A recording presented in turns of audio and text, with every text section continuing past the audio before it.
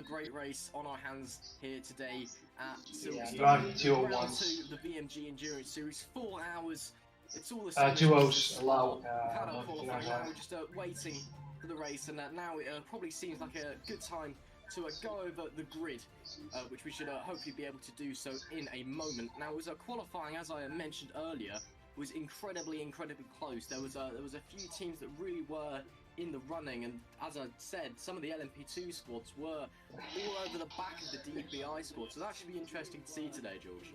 Yeah, I got to say, going back to what you were saying, certainly the one that caught my eye was Drillers. They had a car in the LMP2 class that actually the DPI class by half a tenth of a second. For a brief moment anyway, the Drillers DPI car in fact managed to get one back over on their LMP2 counterparts to finish above them in the qualifying process. So it's going to be interesting to see where they start to tangle with each other on the track. I fully expect there to be a lot more helter-skelter throughout the race, certainly a lot more challenging from the LMP2 cars, which is going to be intriguing to see. Certainly going through corners, going through turn one. I mean, Silverstone is so technical, so many variances in terms of the circuit. The middle sector as well, very key. Maggots and Beckett's, it's almost like a spike section. Still fast corners, but incredibly tight. You've got a huge amount of waffling a bit here. into Chapel. Sorry? Waffling a little bit on chat. Waffling a bit here. Oh, I forgot, because I can hear myself on my own stream. Double stream. So there's a lot more these guys need to contest with. Naturally, I can imagine the 2 points are going to be around turns 2 and 3 and 4. Then heading out to that, I think the escape out of Luffield and Brooklands, I think, is going to be key. Woodcote, you've got the straight there on the old paddock straight, heading around Cox, and then of course Maggots and Beckett's. That is ever so tricky, and I firmly expect there being some really tenacious battling happening out on track. So it's going to be intriguing to watch. I don't know what we're going to see today. I'm sure we'll have an absolutely What's going to happen, Sam? What, in the race? We're all going to die. First ever Formula 1 race was held here in 1950. How long have we got till it starts?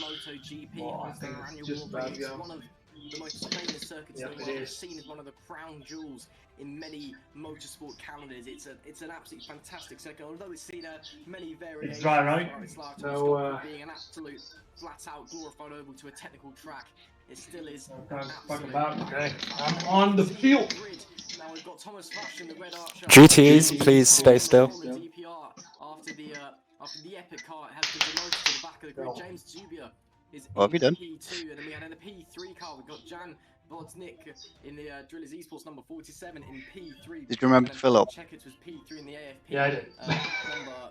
Number Don't make me nervous, Sam. in the DPI category. And then Don't make me nervous. Ian Pfeiffer, Hargo Poom, and Zoltan Varkonyi. And as I was saying, we can just see the DPIs and the LMP2 cars. They're just so mixed up today, and it's very interesting to see that. And it looks like we've got a good mix of Ligier and Oracle here today as well. And like around the Spa, when the Oracle was the car to be in here, it seems a lot. Okay, GTEs, you can start rolling. That'll be something to keep an eye out for. The Ligiers perhaps having a bit more of a chance here today. We'll just have to see what they can do as we continue going down the grid. We can see some. It's annoying I can't sit on the server for this, but oh well. The OT7 number 83 BMW absolutely dominating the GTE category. Robert Paul in P2 in the Sim Apex number 67. That's a new car in the GT category, and Attila Molnar in the Musion number 95. Musion? Dylan Claver in the number 60 Phoenix Motor. He was one of the drivers that I was certain is going to be looking to make some places today. And another quick note to make before we head into the race. Obviously, there was the whole global endurance racing mix-up with their cars last time out. There was one car was intended to be entered as a BMW, and then the other one was intended to be an Aston Martin. Unfortunately, there was a problem with the Aston Martin. It was a game problem that meant they weren't able to actually use it. They had to jump into the BMW as well. Oh, they've messed up their overlay. Performance and were running better. It's not a good song. Than their counterpart. There was the number 99 Giorgio Sorelli, who was doing a great job in that car. Now both cars are now BMWs. They've decided to make the full switch, so we do have 3 BMWs on this grid now. So that's great to see such a diverse category in GT3. We can see here now the prototype class heading through Cops Corner on the formation lap. And George, I think we're going to hand over to you. I think we all know what time it is. Oh, we absolutely do. And I got to say, it's my favorite time at the start of every race where we get to call pedal to the metal at the start of every race, whether it be a Grand Prix or an endurance race. It's Yeah, endurance well, racing here today, folks, here at Silverstone. And I got to say, you're in for a it's probably a real bit treat delayed for me, as but the we're now prototypes are just observing going through as Maggots and the Beckett's now. prototypes make their way around Maggots and Beckett's now. Just look, even in a slow motion process, you can just see how tight it really is. And you can see them I've struggling noticed to that stay in there's tandem with the each other. DPIs Just and imagine what it's going the to be like when they go LMP2s mixed full together. tilt I through thought these they were, bends. or It's the going to be P2s are absolutely slower. incredible. We're now watching them make their way across Red Well, it Archer. These depends are how in charge slow of the two DPIs are. Drillers esports cars now. That's true. Who's Some going to get DP drivers the are best actually start quite between the fast. pair of them? Is it going to be the The LMP2 DPI or that's is it going to last. be the DPI is pretty DPIs? It's fast, going to be yeah. an intriguing watch. Another one we've got to watch out for is, of course, the Mugen Sim Racing car and, of course, the Epic Sim Racing car at the back as well. They've got to fight their way through. There's Rick Van Erle, currently there in P15 for the HPR Scuderia Blue, just primed and waiting for the start of this race as they now make their way around what will be Stowe before they make their way down towards the final few bends here, of course, visiting Vale and Prototypes get ready. And that is when we'll get the start of the race underway. The It'll chat catch is quite lighting up fast, I here think. on this broadcast, folks. We cannot wait to bring this to you. Myself and Ross have been Probably waiting for does. this. And indeed, as the pace starts to quicken up very shortly. Green flag prototypes. Through Club Corner and very shortly Here we across go. the line as well. Well, we'll go green here at Silverstone. And as they do so, there's the start finish straight. The green flags are going. And here we go as they line up through the paddock. Very soon, crossing the line, and it's going to be pedal to the metal. Go, go, go, go, go. The Red Archer car away for the Drillers esports car out of this world, hitting the front as they now make their way through the Oh, initial there's section. been an incident in T1, so just to pre-warn him. I see. Thank you. Flying through. In behind, we've got the other Drillers esports car. Yeah, we're about to get ready. It's on the Epstein Force Colonial car. There's the Mugen Sim Racing car as well in behind. An incredible start. GTs get ready. But the bars are beginning to come together already. R&D, we should be seeing the He's not GTE too start wide. shortly as well, and that Drillers car's just absolutely bolted. The number 7 is absolutely Green flag GTs. getting the start of the And we're off. time. Let's go. We've got a big gap to Thomas Fast behind in the Red Archer BRT car. Great start from that Driller squad, and it's LMP2 Casper Jan was in the number 47 LMP2 has just not got away at all in comparison. Look at the gap already that these lead 2 drivers have got. They've already pulled away, and it's been about half a lap as they head through cops, full of fuel, tyres absolutely roasting already. This is bunched up. Of the cars now heading Oh, into crash Beckett's. next to me. Let's see how James Zubia does through in the first time. Bit of a wobble into Beckett's. Stream's still showing the prototypes at the minute. Get out of my freaking window, mate! Good curb and good pace onto the straight now. Why are you so close to me? Long hanger straight. Obviously, if these cars use DRS after 2 laps, we'll be able to use them here. Another crash in front of me. The GT cars have got Already gained here. a few It places. looks like Philip Antunes in the 027 Racing 83 has got an absolutely lightning start as he heads into Brooklyn's. Robert Paul behind can do absolutely nothing. It's all action stations here. Literally no changes at the start. I'm close to Billy. LMP2 coming to the end of the field. At the end of the lap, should I say. So are they going backwards or are you going forwards? I'm going forwards. Billy went backwards. Looks like the Philip Antunes in that 027 race car has got the start of a lifetime. Whoa! That was a bit of an What interesting the first lap, freak? must be said. Yeah, absolutely. Teleported in front of me. James Huber there, he is absolutely flying already at the Makes me a start bit nervous. and has already managed to get a good steady delta gap in between him and the Red Archer VRT. Apparently, by the looks of it, 8.5 tenths per second, which is a great start indeed for James Huber. I can imagine there's a very elated team in behind in the Drillers Esports garage right now. In behind as well, not forgetting his teammates and fellow Drillers Esports man, Jan Woznicker, who's down in P5 trying to get ahead of Ian Piefer, who incidentally comes purple in Sector 1. So Ian Piefer for the Satellite Racing team, currently purple in How many Sector 1, tracks showing do we some have? good early pace in behind as well. 7. I don't know. I will try and find out. I did mention them at the start. An electric start indeed. Moves his way up into P3, so great work there for Blake Checkett. Looking further down, of course, you've got the Mugen Sim Racing driver Zoltan Varkonyi, currently down in PHA Hatch for Team Iris, trying to follow in pursuit as well with Stein Prinz there for Sim Apex. Roman Zukes, incidentally, who we did talk about quite a lot. I can't, it doesn't say anything on the main thing. Yeah, I'll shut up now. I'll have to drive. Getting a bit tense now. Oh wait, I have to do the in-lap at the end? He really wanted to show So it looks nice. And he did so, setting a lap that was about 3 or 4 tenths faster than anybody else. Obviously, back of the grid as we see there. Someone running very wide in front of Ryan Nash. Ryan Nash gets it really wrong coming out of the corner. Oh dear, that was very close. Adams and Guyver locked up in the 55 Team Imperium car just coming into Stowe. And then Ryan Nash on the throttle way too early in the exit of the corner. That could have been absolute curtains for both of them there. Managed to keep it going. But as I was saying, Chris Shepherd P13 already. He was the fastest man in qualifying. And he's on a mission today. He wants to prove that even with that outlandish race going on, even though he's had the back of the grid penalty, he's still got an absolutely rocket ship of a race car underneath him, and he's still got some pace today, and I believe he's going to try and charge it. Feels still 4 hours in this race. Obviously, it's only been about 3 minutes of racing in total, but he's on an absolute mission already, as you can see there. He's already trying to make moves already on a rolling suits. He's not going to quite get it done yet, but he's definitely on a charge as Chris Shepherd. Yeah, he is, and he's absolutely flying. I just want to say as well, the purple sectors. Can they show us some of the GTEs that's on the stream? Posted a purple sector 1 last time out, so the purples are flying all across the grid right now as Roland Zukes takes a look down the inside of Rick Van Eyl and does so round the next The good news is you're faster than the 2 guys ahead of you. Tag back there upon that Mugen The guy behind me is faster than me. Chris Shepherd now eyeing up a potential tasty maneuver himself as they round through. No, guy behind last lap was slower. Chapel very, very shortly, and as you can see, Roland Zukes trying to cling onto the car heading round Chapel, now through Hanger Straight, but they're still going through tandem. But it just goes to show with the purples flickering through as Chris Shepherd now looks down the inside, shortly going into Stowe. Dynamic. Yeah, I'll try to stay with his back if possible. Outstanding stuff. I think it should be possible.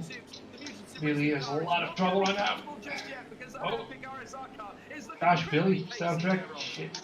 I'm sure Roland Zukes was very glad to get Chris Shepherd out of his mirrors and get in front of Rick Van Eyl, but now it's full of that epic RSR car again, as we see I believe that's Attila Molnar and Devin Claver having a look into Brooklyn. This is for P3 and GTE. Billy is struggling. Side by side through Brooks, bit of contact between the pair. He really is. I hope he's holding out now. Try and get a switch back onto the old start-finish straight. Let's see what can happen here. Looks like Claver's going to hold the position for now. Let's see what they can do coming into Cop's corner. It's a big old run down into that super quick right-hander. These Porsches very, very light, but very, very quick around this Silverstone circuit. They're obviously the rear-engined 911 RSR is it's very, very good at turning into fast corners. So we just have to you can see already the leading car in that pack just getting a bit of a gap there. Maybe some dirty air playing up.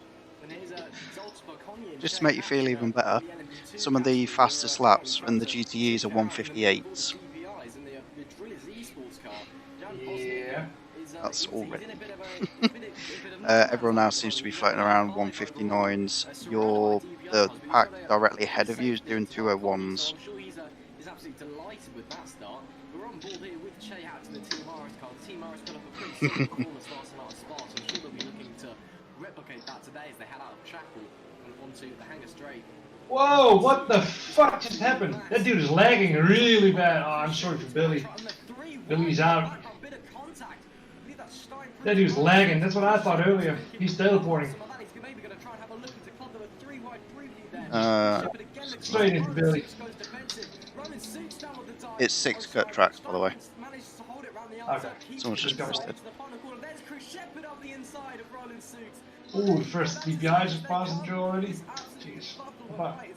Chris Shepherd's just benefited off of that. Roland Sukes now becomes the hunter, and now we'll just have to see what Chris Shepherd can do against Steinprinter. There's a spin there in front. Who was that was just going round? Not quite sure. Lots of drama here already in the early laps. As you can now see, behind Roland Sukes, really looking to try and dispatch now Chris Shepherd. I'm still on the was it the stream? It's a bit delayed. Indeed, as we're now seeing a battle there between the GTE incoming. Well, in fact, that's just a car that's being lapped. As I think there was a move. Yeah, I got quite a big gap now, so that's good. Can get into a rhythm. The guy ahead going from this is 1.5 seconds ahead, I think. They're making their way now down towards the next Could be, yeah. and you can just see them now starting to really line up, and this is going to cause a lot of congestion, and certainly as we now see penalties applied to Darius Andre, as we're now looking upon this very huge chunk of cars are making their way through Magnus and Beckett. Look how chaotic it is, Ross. Absolutely amazing stuff. It is it's absolutely phenomenal already here. The fact that the GTEs are already being lapped just shows. Whoa, that DPI is not nice. By Roland Sukes there. Starring Brings in the LMP2 just pulling up the defense of his life. That was a bit of a scary moment, you must be said, and just look at the mass of the GT cars already. Yeah, I'm catching up to the cars in front of me now. BMWs and Porsches left, right, and centre. He's have to do a big job trying to fight them off. Got to just filter through the inside here onto what is now called the Sir Lewis Hamilton Straight. Recently named after the 7-time Formula 1 world champion. And now flying into Abbey, that super quick right-hander that starts off the lap. These guys are dying for me like it's no tomorrow. I can imagine, well, Maggotts Beckett's is going to be interesting through there, but... Well, the first few corners as well. Ooh. Lost a bit of fun there. What happened with Thomas Bach now seems to just be heading backwards in that red Archer car, so just a big shame for them. But Blake Checkett's now perhaps focusing his sight to head on James Zubia. Need to get strength going. What he can do. Obviously, it's only been 10 minutes in this race, and it's already been very, very chaotic. And so there's still 3 hours and 51 minutes to go. We'll just have to see what Blake Jenkins can do in these early phases. Can he be able to catch up? There you go, DPI. Jeez. I'll let you concentrate a minute. Yeah, but Jan Wozniak just overtaken Thomas Watcher, heading down the straight, heading in towards turn 1. You can see him there, look, just incredible stuff. The Drillers Esports car has moved himself up into P3. Absolutely scintillating stuff indeed. Sorry to say that it wasn't turn 1, in fact, heading round Cops Corner, but you can now see there's Blake Checkers. He just moved the sausage curve there slightly. But there's Thomas Watch, and I'm not quite sure what happened. A bit of a collision there, a bit of a love tap there with the GTE car. Opened the door for Blake Checkers. The Abstinio Force Polonia car now into P2. And Jan Wozniak in all the drama has managed to work his way through again. Here comes Chris Shepherd, who's managed to obviously shake off that, well, trying to shake off Roland Duke, should I say, as they try and wind their way through the GTE field. Has opened the door slightly, I think, for potentially Roland Zukes to make a pass, but he can't get it done through Stowe as they whittle their way down through the final few sections before they reach Club Corner. You just see the GTE car just pull off there and look, going into the pit. I'm not sure what that's about. You just see them trying to needle their way through, almost threading the needle past some of these GTE cars. Absolutely sensational to watch. Never expected this much chaos. Slightly off topic. Can you remember where we finished in Spa? Yeah, 10th, I believe. I looked it up earlier. Does I need to be in the top 15 to do the 24 hours of Spa? Or, come on. On the what, sorry? I'll get it in a second. Prepped in this race right now. If you want to participate in the 24 hours of Le Mans, you need to be in the top 15 of the leaderboard to participate. That should be no problem since there's only like 17 GT cars. So.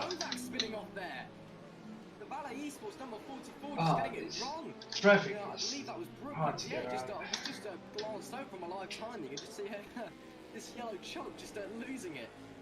I'm not quite sure what happens there, as we see Chris Shepherd, who's already up to P6 in the DPI class. That's absolutely phenomenal drive from Chris Shepherd already. But so we've had cars diving into the pits, our contact, we've had Thomas Bach going backwards. I first thought he might have damaged from that contact with the Porsche, but now I think he just lost the momentum a bit. Here's Martin Novak, just getting on the curb a little bit under the brakes and maybe just locking the rears a tad. Manages to do a 360 and keeps out of the barrier and keeps it going in a stable direction. Doesn't stall either, so that's he's lost the least amount of time he could possibly lose. He's fallen down to P14 overall, P6 in class. So not a horrendous spin, but not something you typically want to avoid. Here's a bloody hell. Trying to and a big one. What is that? There's a guy The prototype's trying to I'm trying to get around one of the Porsches and nearly plowed straight into the back of him. Oh, yeah, these guys are really pouncing now. Know that the guy was having a bit of stability issue, perhaps following other cars. I'm getting close to the guys ahead, and I'm losing to the guy behind me. Everywhere at the moment. You're a tenth quicker than the guy ahead of you. The last lap. They've met, and it's just this the guy behind you was 5/10 quicker than you. Not having a good race today.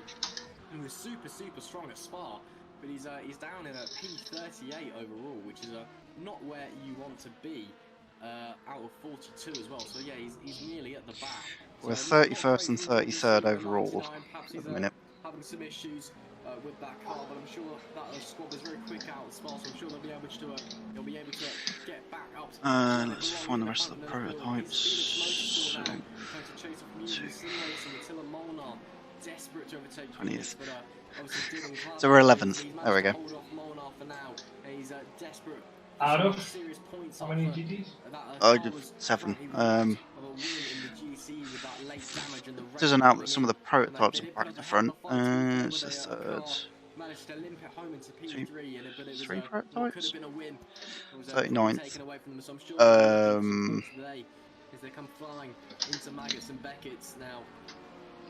18? How elegant the Porsches are through there. You know, that rear engine is a bit of a wobble actually from Dylan Claver, just as I was saying.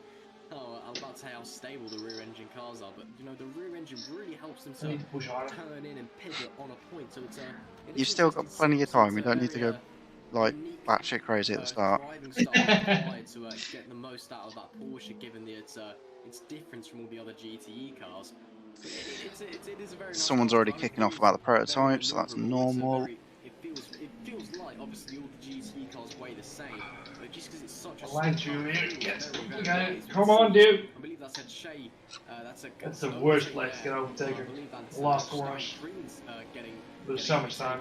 And I'll be right. I believe that's Ian Pfeiffer going past there. Yes, it is. And they've been side by side for quite some time. Ian Pfeiffer, actually a bit of contact between the pair there, George. That's a bit interesting to see.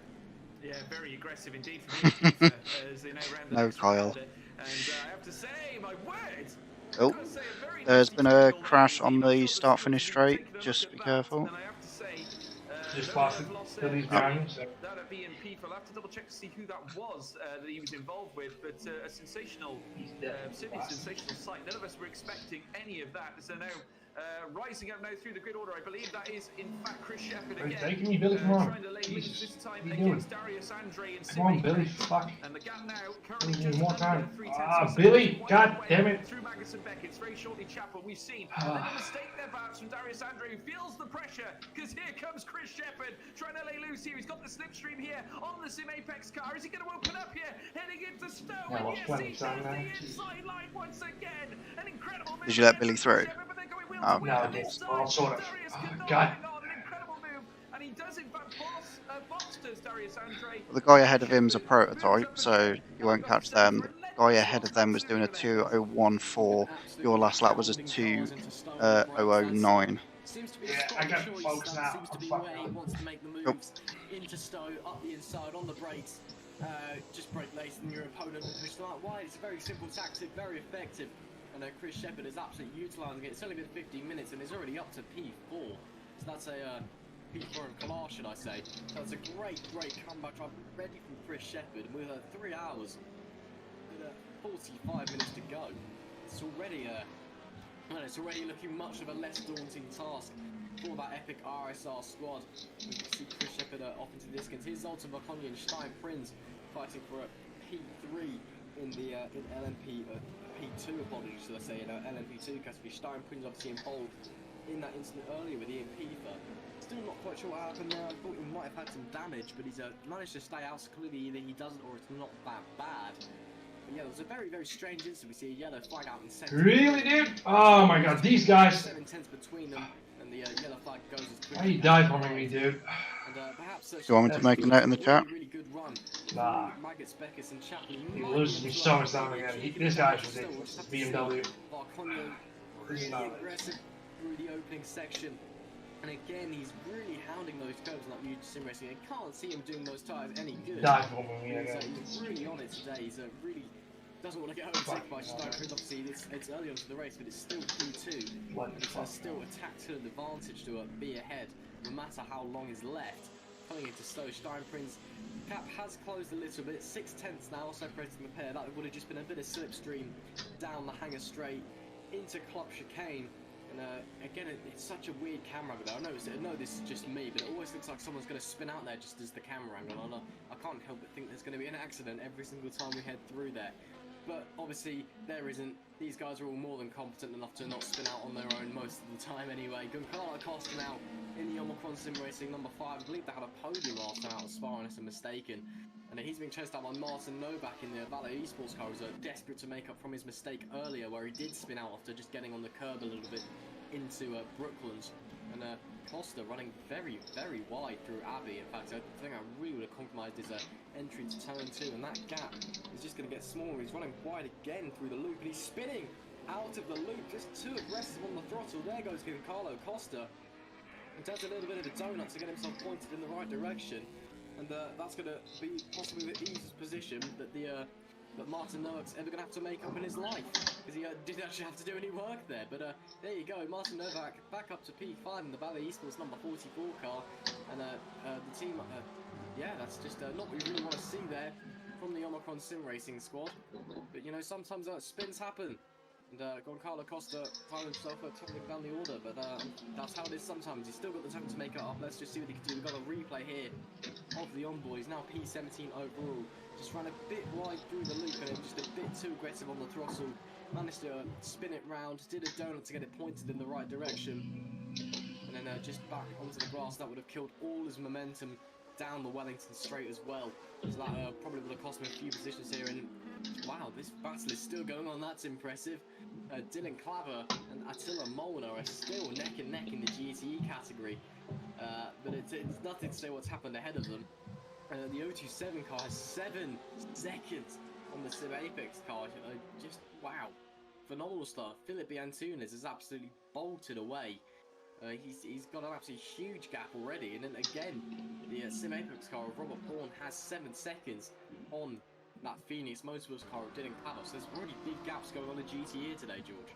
Yeah, I have to say it's incredible. I'm just watching the splits now, where they're literally filling out across the track now. And it's interesting to see the leaders. The O27 racing car currently 3.5 seconds clear of Sim Apex. The Sim Apex then approximately another 7 seconds clear, which is absolutely incredible stuff. And I have to say, they're starting to really be drawn out. I'd say most of the battles now are filtering down from P4 all the way down further through the field. So we'll have to wait and see what happens. So as you can see, here's the battle for third. Phoenix Motorsport currently lead in this position, with Nugent Sim Racing closely following in behind. And of course, they're very tenacious characters indeed, known to be very, very classy on circuit. Nugent Sim Racing currently occupying P4, and if you remember, actually won the GTE class last time out at Spa, as they now make their way down through the straight heading towards the next right-hander. And indeed, still, Phoenix Motorsport there in P3, and you can now see them closely followed in tandem by that of Nugent Sim Racing, TCC Motorsport as well, with DDoS Racing closely following in behind too. And this battle looks like it's going to continue as they make their way down through towards the next left, maybe running a little bit wide there. And if anyone's in trouble here, it's the Nugent Sim Racing car as they make their way down through the next left-hander. Very shortly, they'll be making their way down through what will be the long straight between Arena and Brooklands, and as they do so, coming out wide is the car, the TCC Motorsport car. Obviously, we'll get you an idea as to who's in that car in the meantime. But as they make their way down through left field very shortly, soon to be Woodcote, it certainly is going to be a very enthralling battle. Who's bravest going through the middle sector here, Ross?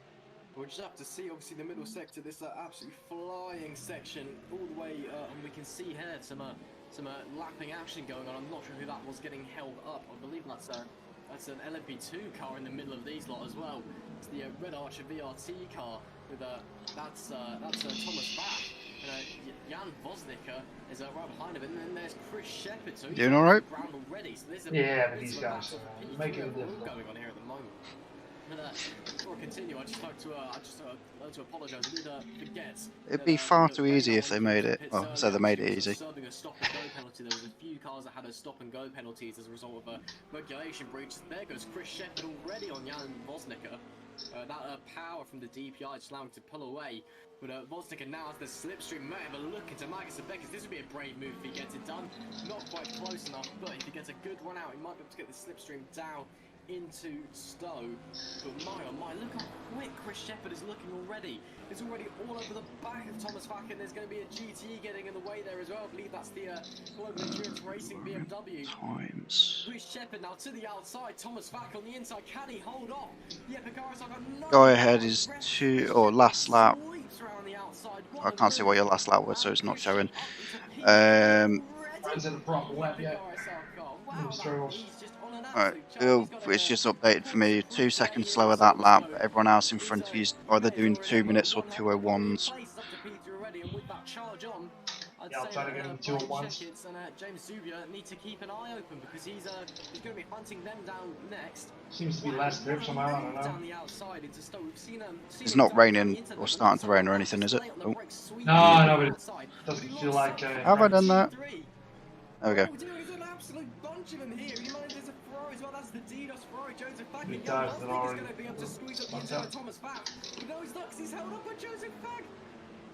Absolute chaos here coming through the loop. It looked like Chris Shepherd just locked up coming into T3, and then looked like he was going to get overtaken by Thomas Vack. And Thomas Vack closed off there. He's closed off. I believe that's one of the Sim Apex cars. I'm not too sure who that is, but managed to close him off for now. This guy's trying to dive for me again. I'm getting so many cut tracks because of these guys.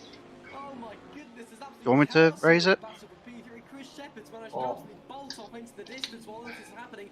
Oh no, Jan Not yet. Vosnicker is held up again.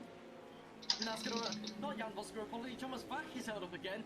That is going to allow Jan Vosnicker to... They tried to dive bomb and then at the end of the corner, or at the beginning of the corner, just suddenly brake real hard, and I'm like, yeah.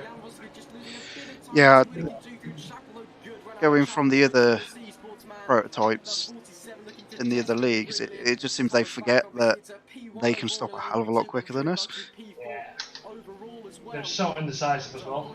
Yeah. Makes it really hard to to Stowe where this absolute get battle in a rhythm. all ages started the last lap, but my, that was an absolutely crazy lap from these drivers. And again being held up by the GT3s, there's just an oh my word. At least I'm gaining on the guy behind me. Both drivers pushed off the track by the GT. I'm sure they were saying some very rude words over their respective Discord voice chats. There are some interesting battles going on stream. And he dive bombed me again. Because Jan Vosnicker just can't make the moves happen. But wow, what an absolute crazy lap. Lost a good second there again. I believe we've seen a position change for the lead as well in GT. Yes, Robert Paul has overtaken Philippe Antunes to the Sim Apex number 67 into the lead of the GTE category after that 027 Racing BMW just been dominating all event. So what's happened there is we see, I believe that's, who is that? I believe that's James Zubia coming through to lap them. Yes, it is. But what's happened here then? Robert Pawns managed to make up, I believe, a several second deficit to overtake Antunes. Maybe there's been a spin or something for the 027 Racing man. He's still clearly got the pace because it's all over the back of the Sim Apex driver coming into Maggots and Beckett. Let's see what happens through here. That BMW is a lot bigger than the Porsche. It's a bit less agile, shall we say? It's not physically heavier. All the GT cars have the same weight, but it feels heavier. It's a lot harder to turn in, and it does suffer down the straights a bit as well. But it does have the slipstream, so keep your eye on that delta, and you can see just how quick Philippe Antunes is in that slipstream. Up the inside, hard on the brakes into Stowe. That's Forgot number 65 then, but yeah. Number 10 have got a stop and go, and 10 and 22 have both had warnings. Position change turning into another position change in the space of about 2 corners. GTE change for the lead. Clever and Molnar are still going at it. P3 and GTE. My George, it's been pretty mental. Yeah, it seems to be less here. Car doesn't want to break it all. The battle in, I've got to say, in terms of the LMP2, yeah, of course. Cincinnati, really do. Another one here, certainly Robert Paul has just had to sacrifice that position, certainly, which is not ideal to the 027 racing car. We will, of course, keep you up to date with this battle because Philippe Antunes has managed to reclaim that P1 spot in GTE, which is absolutely incredible. Literally 3/10 of a second, just over that between these two at this moment in time. But a great chance here for Robert Bourne. If he can get in the Wouldn't be slipstream, he's surprised if decided one not of to these follow P2s that involved. VMG racing car, Felipe Antunes, but Felipe Antunes has opted to go out wide again because he's got to take the next left. But in behind here comes Chris Shepherd, looking to fight his way through as well. And just look how relentless he is. Just needs to try and fit his way around. We've just seen, and I've got to say, I think to summarise the activity going out on the track, obviously the LMP2s, the prototypes in general, obviously have to be that little bit more aggressive because they know that their competitors are going to be fighting their way through this GTE car. They know that they need to follow in tandem because any risk of losing time is obviously not something they really want to be involved with. They need to try and dispatch these GTE cars as soon as possible, but as they're now making their way up through the Max and Beckett section, just look how close they're getting once again. And I have to say, it's absolutely turbulent as we're now seeing this combination of battling in between the two prototypes. Of course, He's certainly looking a little bit busy on track at the minute. and Thomas Watch there Yes. as they make their way out of indeed Chapel Curve. Now, good opportunity for certainly for the Red Archer team, as we're now seeing Thomas Watt now coming down through into what will be Stowe. Takes the inside line. Prepare yourself for a sweaty race, Sam. It's really intense out there. No way to get a decent lapping. It's just getting ruined by dive bombing DPIs or LMP2s again. Over and over. That's it, just to keep you on your toes. So that's been an absolutely insane turn of events there. I can't quite wrap my head around what happened, but again, look behind them, all of this battling and getting held up by the GTEs, slowing Roland Sukes in the Musion Sim Racing car to get right up to the back of them. So again, we could see a three-way battle for P4 on our hands here.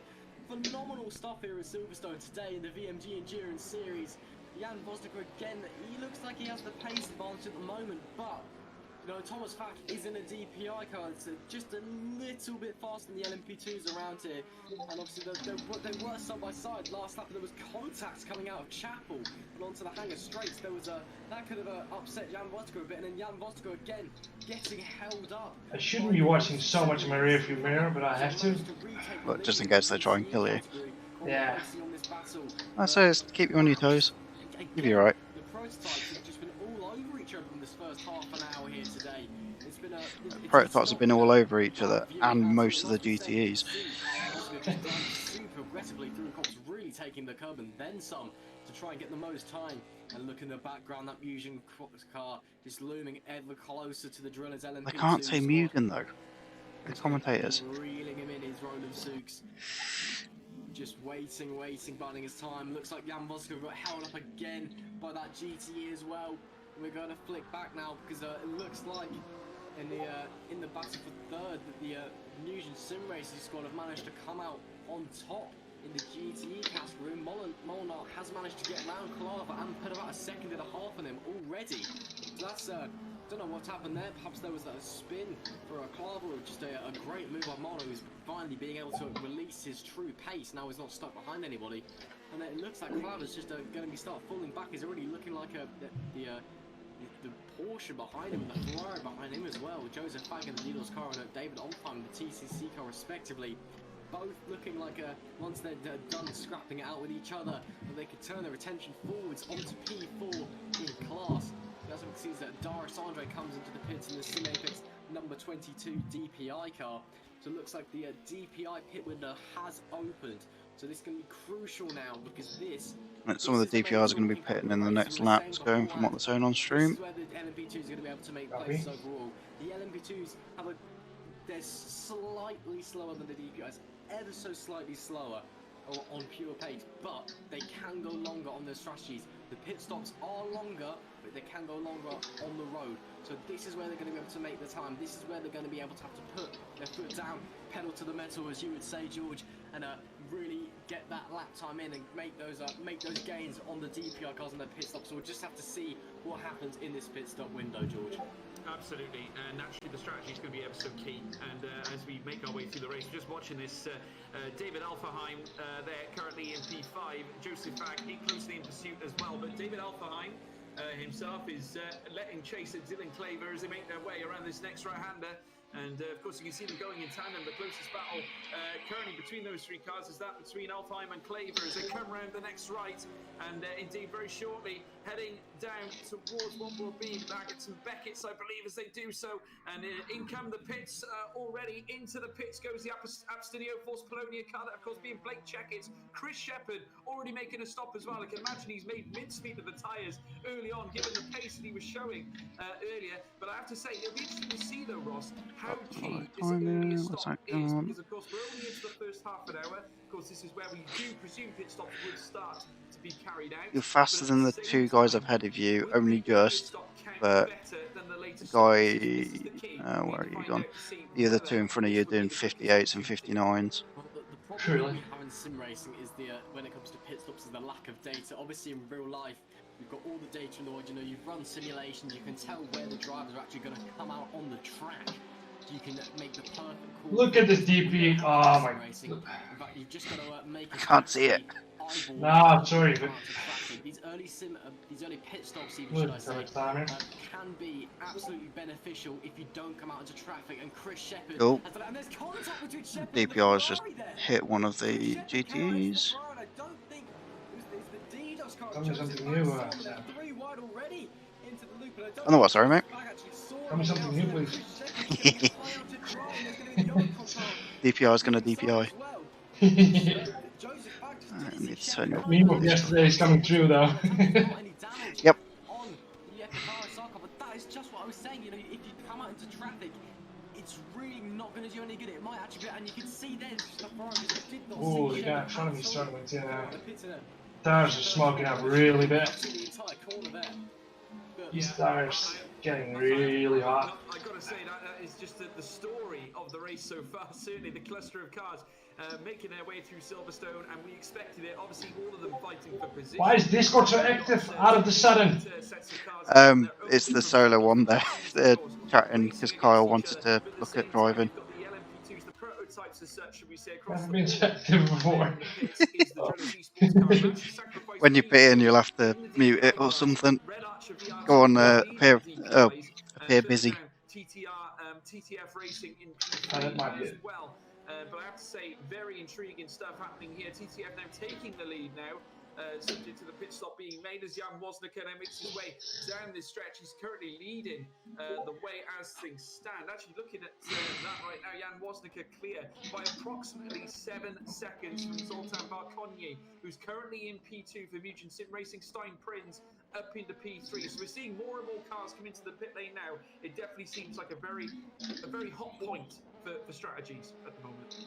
It does indeed. Obviously, now that all the DPIs are coming in, we can see those LMP2 cars leading the way. We can see what they can really do. They don't have to worry about any of the cars ahead of them. They can just try and drive as fast as they can until they're stopped. So I expect it won't be much longer until their respective pit stops. There's Joseph Fagos, who involved in that incident with Chris Shepherd moments earlier.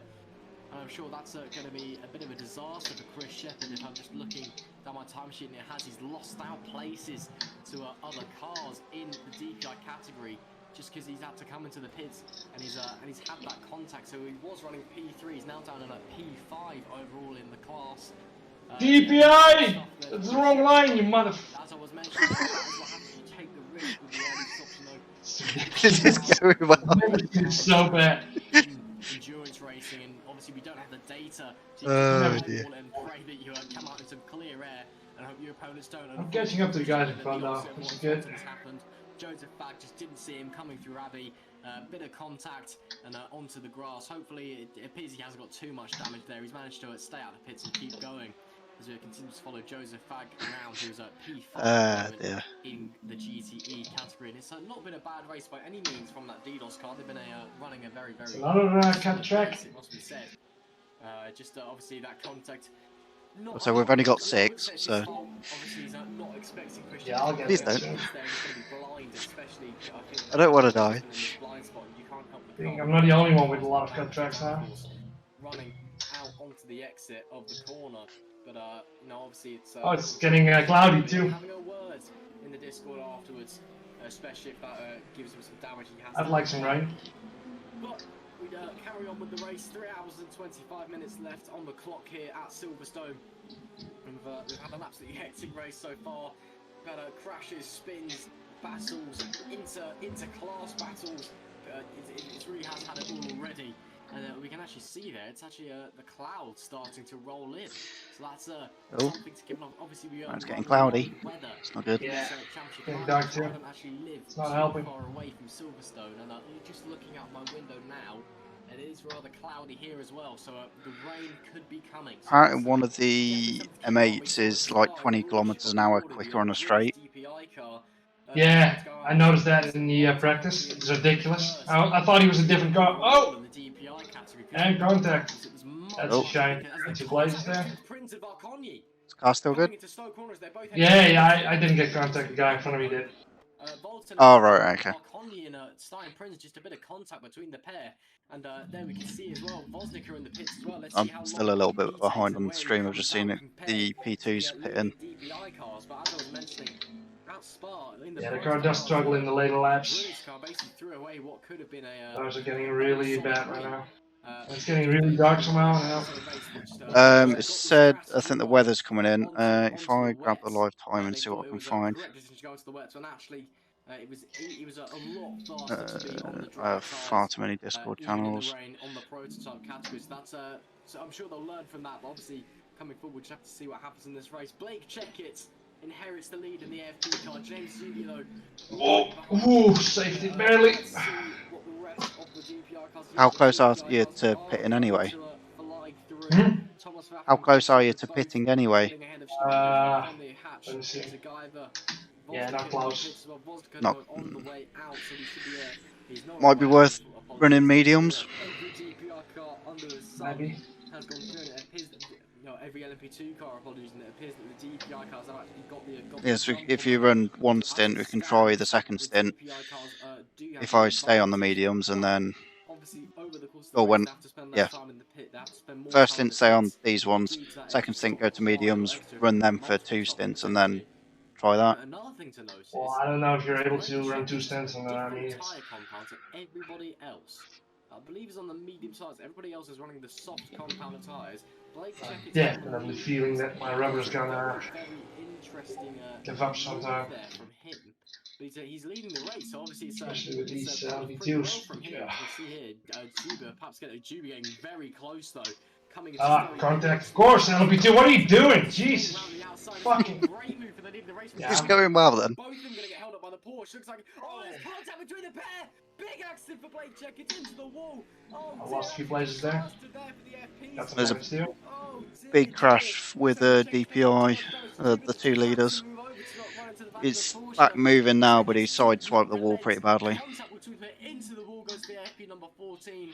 Hope there's not too much damage. Let's get a replay here on board with Checkett. You can see such a shame. Porsche, I'm not sure what Porsche that is. These guys don't deserve to go on the LMP2. Checkett did not. He came out of the pits, dive bombed me, and then just cut me off. DPI is going to DPI. Who knows? There could be suspension damage, and that is a disaster for that number 14 AFP squad there, George.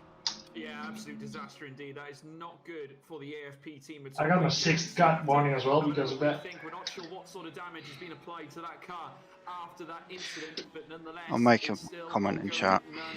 Yeah, it's really sketchy. Of this moment, you can now see James Zuber's view, his point of view is break earlier. and the GTE car came in the midst. You can imagine. I mean, there's nothing you can do. I mean, it's every LMP2 and DPI that's doing it. I suppose nullify, null and void. It's not like it's a single one. Unfortunately, I just don't think the AFP. I mean, everyone has the same issues. No one's spinning around. Can the prototypes chill out? We're on our 6th cut track for being pushed off track. Yeah, if you could do that, would be nice though. But it just really just let loose across the track. Eventually, I got no penalty yet, but I will soon. Just keep on going. Now for James Zuber, who now on his soft tyres can now certainly. Well, create himself a lead. He's currently leading by at least 4 seconds, which is absolutely incredible. I have to say, and I've got a feeling that's going to drag out considerably more. Chris Shepherd's managed to fight back into P3 for Epic RSR. So after that little issue he had earlier on, that little spin heading around Sector 1, he is now coming back into the fold. But Blake Checkett, what damage is that? Are we racing them into turns? Boxing into the pit lane, Ross. Just looking at the timing. Sorry? It was about 9 seconds was the gap over 1 lap. So some, Are we trying to take our normal line? I'm pretty sure they still have to find a way around us. Aero damage. There's a very, very hard impact into the wall from Yeah, Chick. there. It's lucky he's managed to keep going. We've seen an instance like that before in R-Factor 2 that's the end of your race. I lost Lucky being able to come back into the pits. Yes, they need to be safe, but GT cars don't exactly make it easy on themselves. Quite a while spent in that box. That's going to promote Chris Shepherd Following to P2 our already. normal line? Up the Epic RSR squad, but it's not what the AFP number 40 wanted to see. I'm sure they'll be trying to fight their way back over the rest of the race, but yeah. Always an argument. Who's in what? Just but following our normal line, I didn't realise we just had to throw ourselves off track. I mean, I've been trying to do that as well. What, follow your line or throw yourself off track? I've tried, yeah, both. Doesn't matter anyways. 13 seconds between himself and James Zubia. You gotta be careful on the high-speed S's when your tires are, well, not there anymore. Car gets really sketchy. Oh, didn't realise we had to throw ourselves off track when they were dive bombing us. Actually leading the way in LMP2. I'm not sure he's coming to the pits actually, because he's basically come from out of nowhere, and he's got a 10-second gap on Jan Vosnica. So I don't think he's coming to the box yet. So Jan Vosnica will lead the way once he comes into the pits. But yeah, this is a bit of a moment in the. I'll just update the others on the Discord. Those clouds are coming in very heavily, and they've got a penalty for EMP for there. I'm not quite sure what that's for, but yeah, penalty for Piper. Unfortunately for him, hopefully it doesn't cost him too much. Right. And, Let's go back to the timing. Tumbling down the order. You are slightly slower than the guy ahead at the minute. Not what you want to see. Here's Martin Everyone in front is doing 202s, 203s. Driven a reasonably solid race in the Ballet Esports car, obviously, despite that spin early on. There's a yellow flag in Sector 2 out as well. I can't see any reason for that. Yeah, I hope rain will set in. Make it a little bit more interesting. Someone just having a trip onto the grass or the gravel. These gaps are getting quite big now. There is one of the global endurance racing cars as well, which are running nowhere near as strong as they were running at Spa last time out. It's a bit strange to see. I don't know how in one race you can see cars go from so quick to so slow, and James Zubia has a penalty. So there you are, the stewards have decided that Zubia was in the wrong there. He's got a penalty, so he's going to have to come in for a stop-go or a drive penalty, something like that, and that will Leading DPI now has a penalty. Yeah, just into the lead of this race, and also just noting in the GT category that the Sim Apex car, the 027. Did they say anything about removing the penalty, the drive-throughs? Well, James Zubia comes in straight away. I'm sure we'll just have a drive-through penalty perhaps, or even a stop-go for that incident. With a replay here, Jack Coben, this would likely have been the yellow flag. What happened here? Oh no! Oh, Alex is trying to be a bit of a knob. Obviously didn't read what I said. I said, well, what, we just move? It wasn't as a hard contact as Blake Check. It's still easier for them to move around. They have downforce. We have a lot less. And there goes Chris Shepherd into this race. So it's always the same argument. It's always the same. And yeah, Epic RSR into the lead of this race. And with the recent report system that we don't have laps, makes it really hard to report cars as well. Yeah. Yeah, Chris Shepherd now up into top spot, and I've got to say he's got a little bit of clean air now, doesn't have a lot to worry about behind him. Drillers Esports currently back with James Juba after the penalty being applied. So how about everyone respects the cars they're racing? Yeah, it would be nice. Must be around about 2 seconds. So he's got a little bit of breathing space, does Chris Shepherd, as they round the next right, heading into the next straight. And, I guess obviously what we should do is just race them into the corners, every single corner. Heading down the, of course, the Lewis Hamilton. Well, I just did. It took me, cost me like 15 seconds and some damage. So, take Maggots and Beckett indeed. And there's the cluster of cars in behind this, the Drillers Esports car, the prototype in the midst as well. But Chris Shepherd, no questions about this man. He is currently leading the way in this race. And I have to say, as he now makes his way around the final corner heading into Chapel, and just tries and breezes past the BMW, I believe, well actually no, it's not the BMW, sorry, but it's a GTE car nonetheless. In behind you've got James Zuber following in behind. He certainly carries a lot of pace here as they make their way down towards Stowe. And you can see the gap starting to close up slightly between James Zuber and Chris Shepherd. I get the feeling there's going to be a battle on our hands heading into the next lap. And I have to say, absolutely sensational stuff that they've managed to claim back as much time as that, especially after that quick exit into the pit lane. James Zuber certainly showing incredible pace there. Right. You are half a second quicker than the guy ahead of you. That last lap. Driving a bit angry, perhaps that gap has already fallen a second in that last lap. Chris Shepherd perhaps also taking it easy, knows that it's going to let Juby come to him. He's not going to waste his tyres and try and keep that gap. He's going to let Juby come to him, save his tyres, and then battle if he needs to. I think he's going to drive quite a smart race, but Juby, on the other hand, wants to get that gap closed as quickly as possible, just to see what happens when these two drivers inevitably meet. Juby has the pace advantage right now, only 1.2 seconds separate the two as it stands. This is absolutely 1.191. Are you going for it? You going? This driver, had a comfortable lead, now he doesn't, and I'm pretty sure he just wants to get back up to that top spot. I got sandwiched. Just looking through the field here, This is great. Blue car All I needed. In LMP2. This guy's being really undecisive for moving or really, overtaking. About to get overtaken by Jan Bosnica, so something tells me that not pitting at all hasn't paid off for that. I think car. this is the worst track for a endurance race. Much Those classes. Drilla's esports car. Yeah, Linus just said in chat it's a bit dodgy for overtaking lapping cars. Absolutely flying in qualifying, especially people that don't know how to drive AFB squad. Again, looking to it's one of the, well, it's a this car's not great for it because it's a lot of high-speed corners as well, but aside from people trying to dive bomb you through, was it P1? It was? It's, yeah, interesting at the minute. But it's now a 3-set gap between the new Sim Apex squad in the GTE category. Robert Paul at the win is a very, very quick driver, very young as well, so it's great to see such a diverse field of quick and young, quick and old, quick and whatever age you are really, but it's a very diverse field here in terms of age, and that is great to see here at VMG. You do see a lot of leagues tending to shy away to younger drivers. They're not too keen on having younger drivers. Look at this dude. I still can't see it.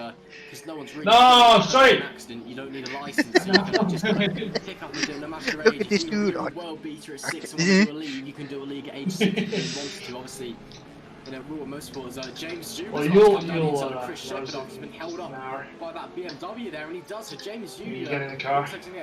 Yeah. How close are we to the pit stop? About 10 or so minutes, yeah? Yeah, 16 meters left, which is about 8 laps. Going to have a look quite this Cool. time. Okay. Going to buy his time behind that epic RSR car is Zuber in the Drillers Esports number 7. But as I was saying, age really does not matter in sim racing. If you're quick, a lot of the leagues will let you in, and this is one of them. So we can get a replay here of Jan Bosnica overtaking Rick Van Early in the HPR Scuderia blue car into the lead in P2, and run out a bit wide, side by side through Stowe and into Club Corner. Great move there by Bosnica on the car, which is on much older tyres. So yeah, great move there. Chris Shepherd still holds the lead. Yellow flag out in second. I'll be back in a minute. I'm just going to nip to the loo and grab a drink. Yeah, sure. Will be desperate to try and get a move done as soon as possible. Only 2 tenths separate them, with 10 minutes to go until the hour mark, and that is when the pit window will reopen for these DPI cars. So the question is, George, who boxes first? Who's going to be the first to blink in this battle? Because it will be very significant. I think Chris Shepherd, especially after what happens with that contact with the Ferrari coming out the pits after last time, will be very cautious with his pit stop time. So what do you think is going to happen? I think it's going to be incredibly tight. We know that Chris Shepherd likes to string out his stints out on track, especially given the mammoth job that he did at Spa last time out. Of course, James Zuber now in hot pursuit. You sort of get the feeling, I think James Zuber will probably try and track Chris Shepherd, maybe try and follow what he does. As such, you tend to find that when you've got battles going on for Ps1 and Ps2. But I have to say, it's going to be very interesting indeed as Chris Shepherd maybe just loses the rear end slightly heading around this next right-hander. It's very easy to do around this circuit. We're just going to take a look at this replay here. This being Jan Wozniacki. Wow, okay.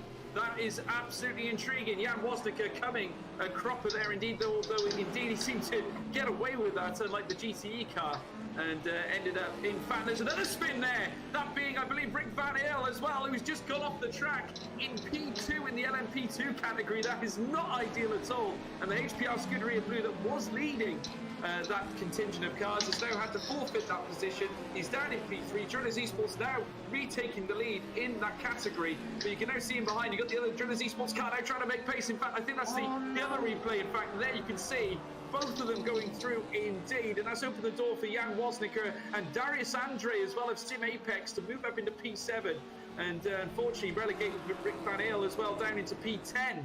So absolutely shocking scenes there indeed, as we now witness Billy Eisman now under pressure from Reindert van der Laan, who is now trying to close the gap. They got a prototype stuck in between the pair of them, but you can now see that Van der Laan finding all sorts of pace here in Maggots and Beckett's as they now make their way out of Chapel, and you'd firmly expect that prototype to make its way through. But just look at this intriguing prospect we have on our hands here with the BMW of Reindert van der Laan trying to make its way through as they come down towards the next right-hander, and indeed it's still going to be Billy Eisman hanging on to that P8. I just want to correct a comment I made just before. Of course, the Old Paddock Straight is not the Lewis Hamilton Straight. I'm very much aware of that, so thank you, chat, for pointing me in the right direction. It is in fact the start-finish straight, as we're now witnessing a very close and intoxicating, thrilling encounter between, once again, a GTE and an LMP car, and he certainly didn't like that. A bit of a flash for notice as Billy Eisman now is in jeopardy. Here comes Reindert van der Laan, who is now stuck in behind that of the Solo Sport racing car around the next right-hander, but indeed it's still Billy Eisman that hangs on by the skin of his teeth. In comes another prototype as well, just to confuse matters, but I have to say, van der Laan has made, it's his job has been made so much more confusing here, because he's got to try and weed his way through. An excellent switch though, tries to find his way through, and as they make their way down to the next left-hander, Billy Eisman in great pressure right now, because here comes Reindert van der Laan. They've got the long straight heading down towards Brooklands, and still, as they do so, van der Laan looking for a way through, but is unable to do so, heading in towards Brooklands. Incredible scenes going through the initial sector. I have to say, Ross, a very thrilling encounter. Yep, those two were absolutely neck and neck, and it's very tight between them. I'm sure we'll be seeing them glued back together very shortly. Seems to be a driver change in the DDoS car. Sam Bentley now at the wheel of that 75. So there must have been a pit stop for the DDoS car, which we missed, unfortunately. But Sam Bentley now at the wheel in P10 in class, chasing down Diogo Moscato in the Phoenix Motorsports. So yeah, it appears that there's been some driver changes in oh no, it's the second DDoS car, that's why. I'm just clearly not looking at the right screen, sorry. The second DDoS car, there's Sam Bentley, who not seen much of this race, chasing down Diogo Moscato in the second Phoenix car, who've also not seen much of this race. Used to batting in the midfield of the GTE category. Sam Bentley's oh, and it's a big wobble for the Phoenix car there, just as we had changed camera over to the HPR Scuderia Blue car. Rick Van Eyl must be coming into the pits. Surely nope, stays out. Zoltan Valconge all over the back of him now in the Musion Sim Racing number 27. He's to again another that HPR Scuderia Blue car has just been dropping pace down the order. It's been a great stint from them, but I'm surprised they still haven't come into the pits. They're running a lot of fuel on board and being very conservative. But although they've just, I'm not quite sure. Maybe they just came in. Right, I'm back. Tires. That's a possibility. I'm not quite sure. How are we doing? Really, I'm getting into rhythm now. This time out. It's alright. Dropping down the order, had a few spins via some contact. 202 is low. Now. Current tires. I'll find the live timing even. One down at Luffield though, I'm not so sure about. Just gain a few places, don't know how, but GTE there, so have to see what happens. People pitting in early. Got a penalty. Got one as well. Going from live timing, the guy behind you is 3 seconds quicker. The guy directly in front of you is 7/10 quicker. No, it's not. It's over a second quicker. Sorry. By Sam Bentley all the way around the outside of Stone. Great stuff. 3 seconds quicker. Now, yeah, guy behind it 59. It's a very, very tricky corner. There's lots of lines. You can take lots of apexes. You kind of want an early apex as possible, yet a late apex as possible at the same time. I think it's doable on soft though. I don't think you should change the medium. That's the music. Just leave it on softs and then. Yeah, I think I pushed too hard in the early stages. Under attack from Alessandro Forte in the I've not done a lot of long distance running, so we'll have to see how it is. This will be interesting. Who's going to have the bigger guts and break first? Looks like it's going to be Militai who succumbs to the glass car, but is now going to have a bit of a run into Maggots and Beckett. Is he able to get it done? No. Great move by Forte into Cop's corner. Forte, obviously the musical sort of loud, and that was very much a loud move. It stated, "Here I am." That glassing car up into P11 in class, I believe that is. Almost going in. Yeah, great move there from glassing. Sim Racing, obviously the GT pit window has come around. And it's there's a few cars that have come to, there's a few cars that haven't. Militai and the glassing car are some of the cars that have track, but that would be my has not boxed. I tell you that because he's made some big games up the field. Yeah, Blame a P2 for that one. On Militai. Can you blame a P2 for that one? Yeah, phenomenal stuff. Managed to hold it down the inside into Cops and just held his line. I mean, half of them could be blamed. It was a great move by Alessandro Forte in the glassing number 60 car. Yeah. Great stuff there by the Ferrari. Back onto Rick Van Erle in the HPR Scuderia Blue car, who's still under pressure from Dalton Varconye. And again, coming into Cops, there's 2 tenths between them. If Varconye can get a good run out of this right-hander, he can be all over the back of Van Erle into Max Beckett. It's not a superb run, just running a bit wide on the exit. Looks like it's going to have to hold action stations through Maggots and Beckett, but coming into Chapel Corner again, a good run out of here onto the hanger straight. That's a long time, and it's a great run from Dalton Varconye. It's a great Thank you, P2, Thank you. Sure, you'll have the slipstream. I mean, I couldn't go anywhere. Coming down into Stone, you can see that gap only 2 kilometers faster, not a lot quicker. Shame they won't let us sit in chat, because then at least we, well, in chat on the server, because at least then we could record it. Wheels off the track on the exit of Stowe. Here comes Varconye, perhaps having a look down the outside. No, can't quite get it done. Perhaps a switch back into Club. Let's see what it can do. Come into the penultimate corner onto the Lewis Hamilton straight.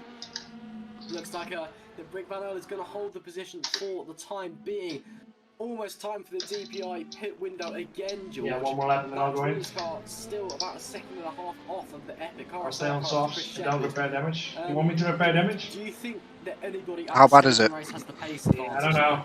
I might be losing it, but to be honest, I think it's too might be losing time, I'm not sure. I think Chris Shepherd at this moment is Car behind's 27 seconds, but he's the one doing 2 minutes, so the last yeah, lap. he's did it already, so that's not, I think I'll lose to him anyways. He went into the pits already. The guy behind him is 17 seconds behind, so it depends. Do you reckon you can get quicker? Just get good. Do you reckon the repairs will help?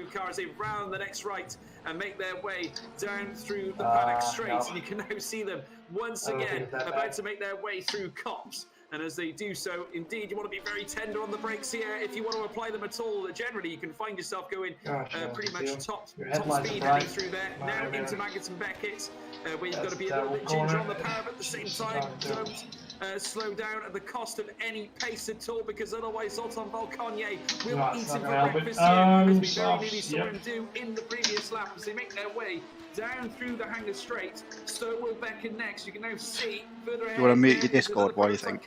While you're in the pits. Down through Stowe. And still Rick Van Erle not giving Zoltan Varconye any opportunity to make a move just yet. It does seem to me that Zoltan Varconye does have more of the pace heading into sector 3. I think the other car is in 6th at the minute. So that is the difference maker right now. If Zoltan can get the sectors 1 and 2 pace just right, I think he'll have an answer on Rick Van Erle here as they now make their way down through the Lewis Hamilton straight into turn 1 now, into Abbey, out round far now, turn 2, and still Rick Van Erle very impressive, I have to say, holding on to that P3 spot. You better believe it, they're going to want a podium here today, at least for the LMP2 category, in behind the Mugen Sim Racing team, being left frustrated, and I can imagine Zoltan. Someone's had a penalty in GT3 by the looks of it. GT3, GTE, sorry. Chasing that APR Scuderia blue car for quite some time now, and Rick Van Ola actually taking a bit of a defensive line. Number 47. Brooklyn's very weird because given the big gap was to Balconia, but yeah, the music. 47's the prototype. For quite some time now. I think I'm pretty sure that Van Ola didn't pit the tyres, only fuel in the LMP2 pit stop window. Because he's mainly because of the jump that he managed to get, and there's the penalty for Jan Vosnica. There it is. We thought it was coming for that incident earlier. There it is. Jan Vosnica in the lead of the LMP2 category. Another penalty for another Drillers squad. Big shame there, but how's the dirty air if you follow someone through the high speed stuff or follow one of the prototypes? As I was saying, Flashbacks to Spa going up Radion sideways. No, it's not that bad. And he's been tumbling down the order. And he's Valcogne, he's just been stuck. Takes up 65 seconds. We can see here, however, that he is all over the back of Van Ola, and there goes Van Ola out wide. Just as I say, Valcogne slips through the inside of Van Ola. You start streaming. Or... Great move there from Valcogne. Oh, cool. I'm stealing your stream for my stream. Running wide down the inside, as simple as you like. Here we no see, pressure. I believe this is the Red Archer VRC car of Thomas Bach and Roman Sukes in the Region Sim Racing car, who also are neck and neck. Right, and again, this Region car has been stuck behind this Red Archer car for a long time. Another case of Region car being stuck behind another car. Bach, he was very quick in qualifying. He actually was on pole position after the Epic RSR car's penalties. Didn't have the best of first laps. Fell down the order a bit. Now finds himself in P3 in pressure rubber. Ah! Nice when you have grip. Penalty. He's dropped down to P5 in the LMP2 category, so he's got some ground to make up. Yeah, Thomas Bach in P3 in class and overall. In fact, the first LMP2 car is Stein Prinz in P6 overall. So at the moment, it's advantage DPI. I believe I was saying LMP1. Apologies, it is DPI class, but. Yeah, Thomas Bach has managed to hold Roland Zukes off the moment. Roland Zukes obviously a very quick driver. I'm a professional streamer, so hold on, let me just he dominated sort in the this out. first race and actually commentated. He's a very impressive driver. And, he's not a force to be reckoned with. There we go. Valcogne already has a bit of a gap on Van Ola as he flies onto the hangar straight. Who's they've both been promoted to space due to due to the penalties received from Jan Vosnica in the Drillers number 47 car for that incident earlier. I believe it was another LMP2. They know it? See him there in the 47, just on the right hand side. Not yet. These two, Chris Backer and Joseph Fagg, also locked in a battle.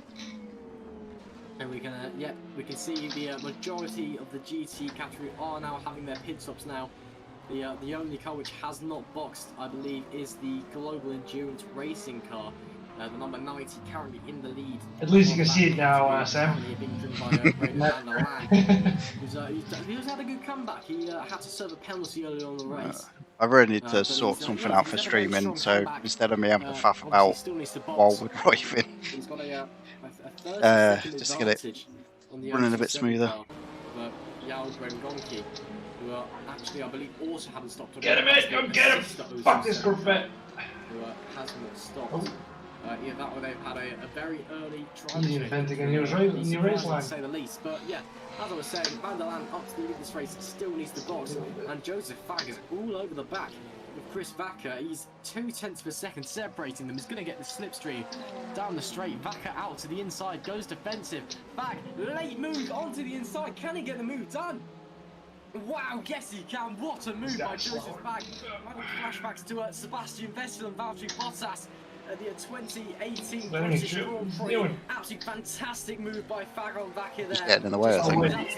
Last minute, hard on the brakes into Brooklyn. Swoops around the inside. Wow, great move there by the DDoS Ferrari up into P9 in class. And, he is on a charge now. Is Fagg. He's finally looking to make his way up through the field. He's not had after that pit stop, he's not had a great stint, although it's not been long. Here's the Red Archer VRT car, who's currently in P2 in class. The Epic RSR car is in the pits.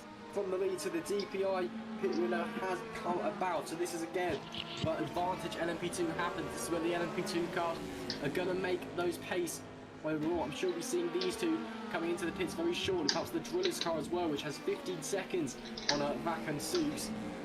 And they'll be coming into the pits as well. Chris Shepherd leaves the pits in a 90-second gap to I believe that's James Dubia at the top of the field. Yes, it is.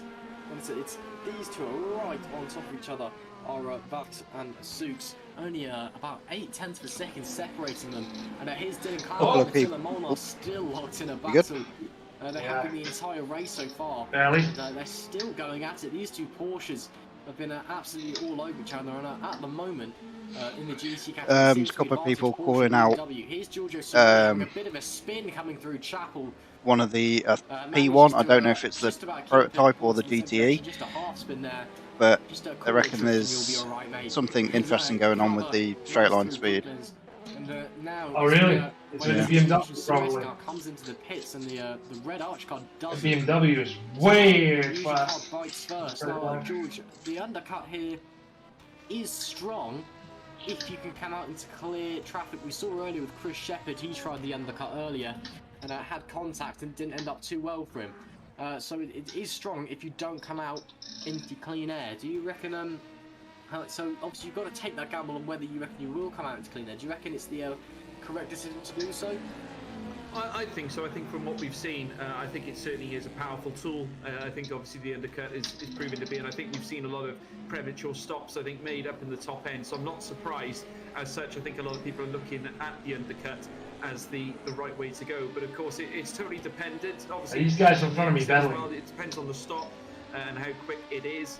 And I presume is it Adam and Gergo? No, I think it's a back mark. He gets blue flags that come into play throughout this endurance race. But I certainly see the value in the undercut when it can be applied, as we're now watching Shay Hatch and Rick Van Earl there currently battling between the P3 and the P4 spots as well. We've got another battle here where you've got the Revolution racing car of Ryan Nash all over the back of Darius Andre. Currently the gap being just under 0.3 of a second as they make their way down the Lewis Hamilton straight into turn 1. Darius Andre still holding on to that P6 for now, but Ryan Nash very shortly, I'm sure, will be looking to dampen the spirits of young Darius Andre for Sim Apex. I have to say, Darius Andre having a great race indeed, P6 for now, and he has been up there fighting with the best of them, and I know he's a very, very talented driver indeed as they make their way down the stretch between turns 5 and 6. And as they do so, you can see there Ryan Nash not able to bring his race line probably as quickly as he would have liked. A little bit of a flash there to the GTE car in behind. I think that was a Mutant Sim Racing car in behind as well. As we're now seeing, I believe that to be prototype's going to prototype. James Juba there coming through in a battle for P4 in the GTE category with a move down the inside by the looks of it, or at least a look from the Solo Sport Racing team there, all over the GER. Billy's on stream at the moment. Just making its way around the next right hand of the Global Endurance Racing car. That indeed, I'm just trying to see if I can get a view onto who that is for you folks. They make that way down the stretch now, heading down to behind this well, the next corner heading into Cops, and there taking a wide view is indeed the Solo Sport Racing. Dynamic move there. Well, your last lap was a 2 dead point set, well, 2:00.7. The guy ahead was 2 seconds slower. Yeah, he has trouble with that Corvette. I think it's a blue flag, so that's ridiculous. What the hell? Yeah. What's the straight line speed going to be like on the Global Endurance Racing car? Well, those BMWs, they do suffer a bit on the straights. We'll just have to see what the GE car can do in the corners. That's what's going to have the advantage.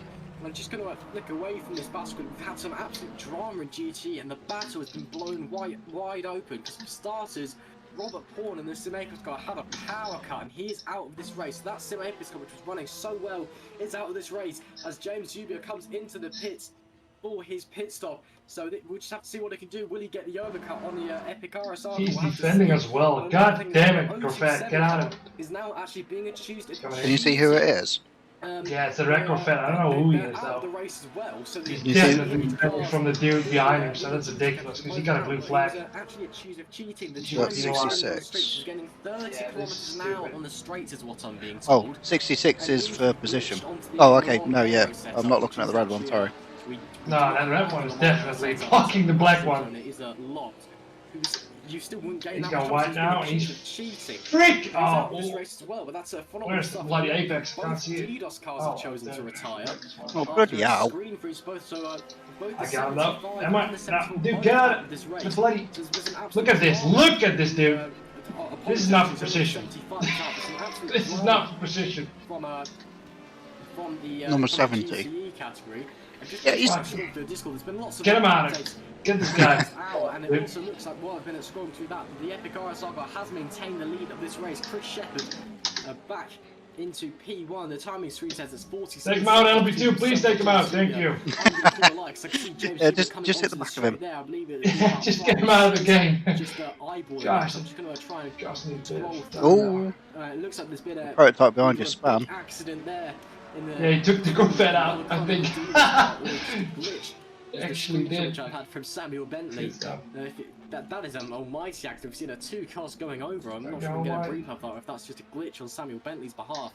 But yeah, some crazy stuff going on in the GTE category here today, which we've just not been able to see because we've been focusing on the other categories so much, and it's just all been off of our timing screen. So we've not been able to see it. But just to update everyone that's been going on, here's the battle for back to the battle for fourth on board with the solo sport. So what's the gap from the next car ahead of the Corvette?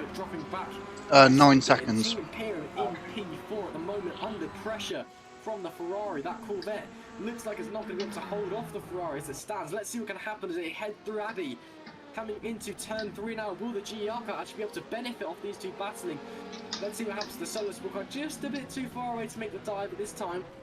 Maybe he'll feel a bit lucky into the loop. Does he have a look? No. Going to try and get the run out of the loop. Going head on past Silverstone 6 grandstand, which may I say is the best grandstand on the circuit. I'm not biased at all, but it's just where I like to sit when I go to Silverstone. Now let's see if he can get the run into Brooklyn. He's already got the slipstream. There goes the Imperial car out. Yeah, I gotta drive through. God damn it. Manages to hold the position for the time being, but these two are all over each other. Take it easy. Zanto is Still got plenty of time in the race. It was like Billy Eisman trying to desperately get past him. Reynard van der Laan as well in the background, trying to perhaps get a piece of this cake. Can't quite get it at the moment as they go. Nice battle though. He's got a penalty. As you can see in the top left corner, it's all kicking off in the GT category at the moment. As they enter into Cops, up to the inside goes the solo sport car, down the inside of Cops. What a move this could be. Oh yes, he does. Wow, that is absolutely phenomenal stuff from the solo sport car. Wow. Oh, go on, Billy. Nice one. Move there from Billy just sent it straight down the inside on don't see that here Cops. at all. That is a super brave move from Billy Eisman. And look at the gap he's already got. Batman. Just pushing out Laszlo Zanto onto the grass. I got that's a spectacular. That's move of the day from me so far. We've got a Reaper here, Billy Eisman. He must have had a drive through as well, this Corvette. Just hit hard on the brakes as late as he wants, down the inside of the cut. That's such a That probably is, because that was catching me out in practice, the one it's just What a move from Billy Eisman up the inside. Yeah, I'll take one. Goes into P4 in the GT. That is an absolutely phenomenal overtake there. Backwards goes Laszlo Zanto, and I think actually Reynard van der Laan is going to fancy getting in that action as well. There's the usual sim racing number 95, I believe that is, who's currently in P2 in class. Look, I'm in his team. team. Number 62 ahead, so this is the battle for P1. What the fuck? The future motorsports car, which currently P2 was in P1 earlier. So I'm not Oh sure what's my happening there. Maybe God. there's a spin, but it is a Porsche 123 at the moment GT, so it's advantage Porsche as it stands. No, apologies, it's a Porsche 1-2 and then a Corvette 3, but still, my point is still relevant. It's advantage Porsche around here today. As we flick back now to these two behind the Musion and the future motorsports car, which is now all over the back of the Musion car. I'd be a bit nervous if I was Attila Molnar, because I've got some big pressure on from Varga Mate in the future esports car. He's only 3 No, seconds DPI, off. you're I'm not going to do similar heroics we saw into Cops, but let's see what we do here. I'm just going to DPI is going to see DPI. any more drama going on in the saying of the day. Discord. Why? This cheating scandal, which I'm now It's not as if there's a straight Look at this. immediately after. Here, look at this element. Intervention now from the stewards as well, even though the car is retired, and there has been penalties galore going on as well. So you know, we're only an hour and 50 minutes in. Can you ask if they can remove the battle because of the LMP2s? Obviously, I wanted to make can't imagine they will somehow. This battle still reign through here. Laszlo Santo and Reign of Van der Laan currently and you got it. into each other now. You must have a penalty. It's the third time he's going wide there. Can obviously open the door for many an overtake Okay, against bump to Snow bumper and now. taking the inside line. Reign of Do Van der Laan, yeah. of course, looking to get the pace on the outset as they make their way down towards Vale Corner. Laszlo Santo looking to take the inside line to hold on to that P5 spot. But Van der Laan, If he, well, I guess if he looks like he's going towards the pits, just follow him in, because at least then you stick with him.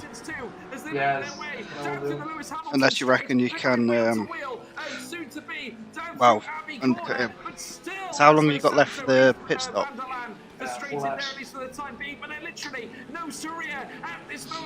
keep pushing on him so he gets more warnings. Yeah. Heading out of turn 4 into turn 5. Van der Laan down the inside. He cannot get it done just yet, but he gets in through the inside. Sadly, I can't go past him. I'm losing time over him now. Heading towards Brooklands and Van der Laan, and it's a sensational battle. And indeed, Laszlo Santo is not ready to give up the fight. Inside line, down into Brooklands and turn 6. They're going wheel to wheel yet again. Rears to front as they come through into the next right, but still Van der Laan. Oh, what the fuck? Just turn on me. Turn that on me.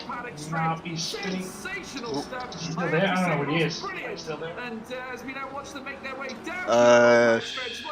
So I'm a little bit delayed. I think he's still there. Yep. Dude, hit me again.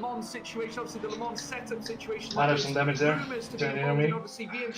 Just on the next pit stop, just fix all the damage. Don't mind waiting a bit if it will have a decent, fast-ish car. I don't think it's too bad though.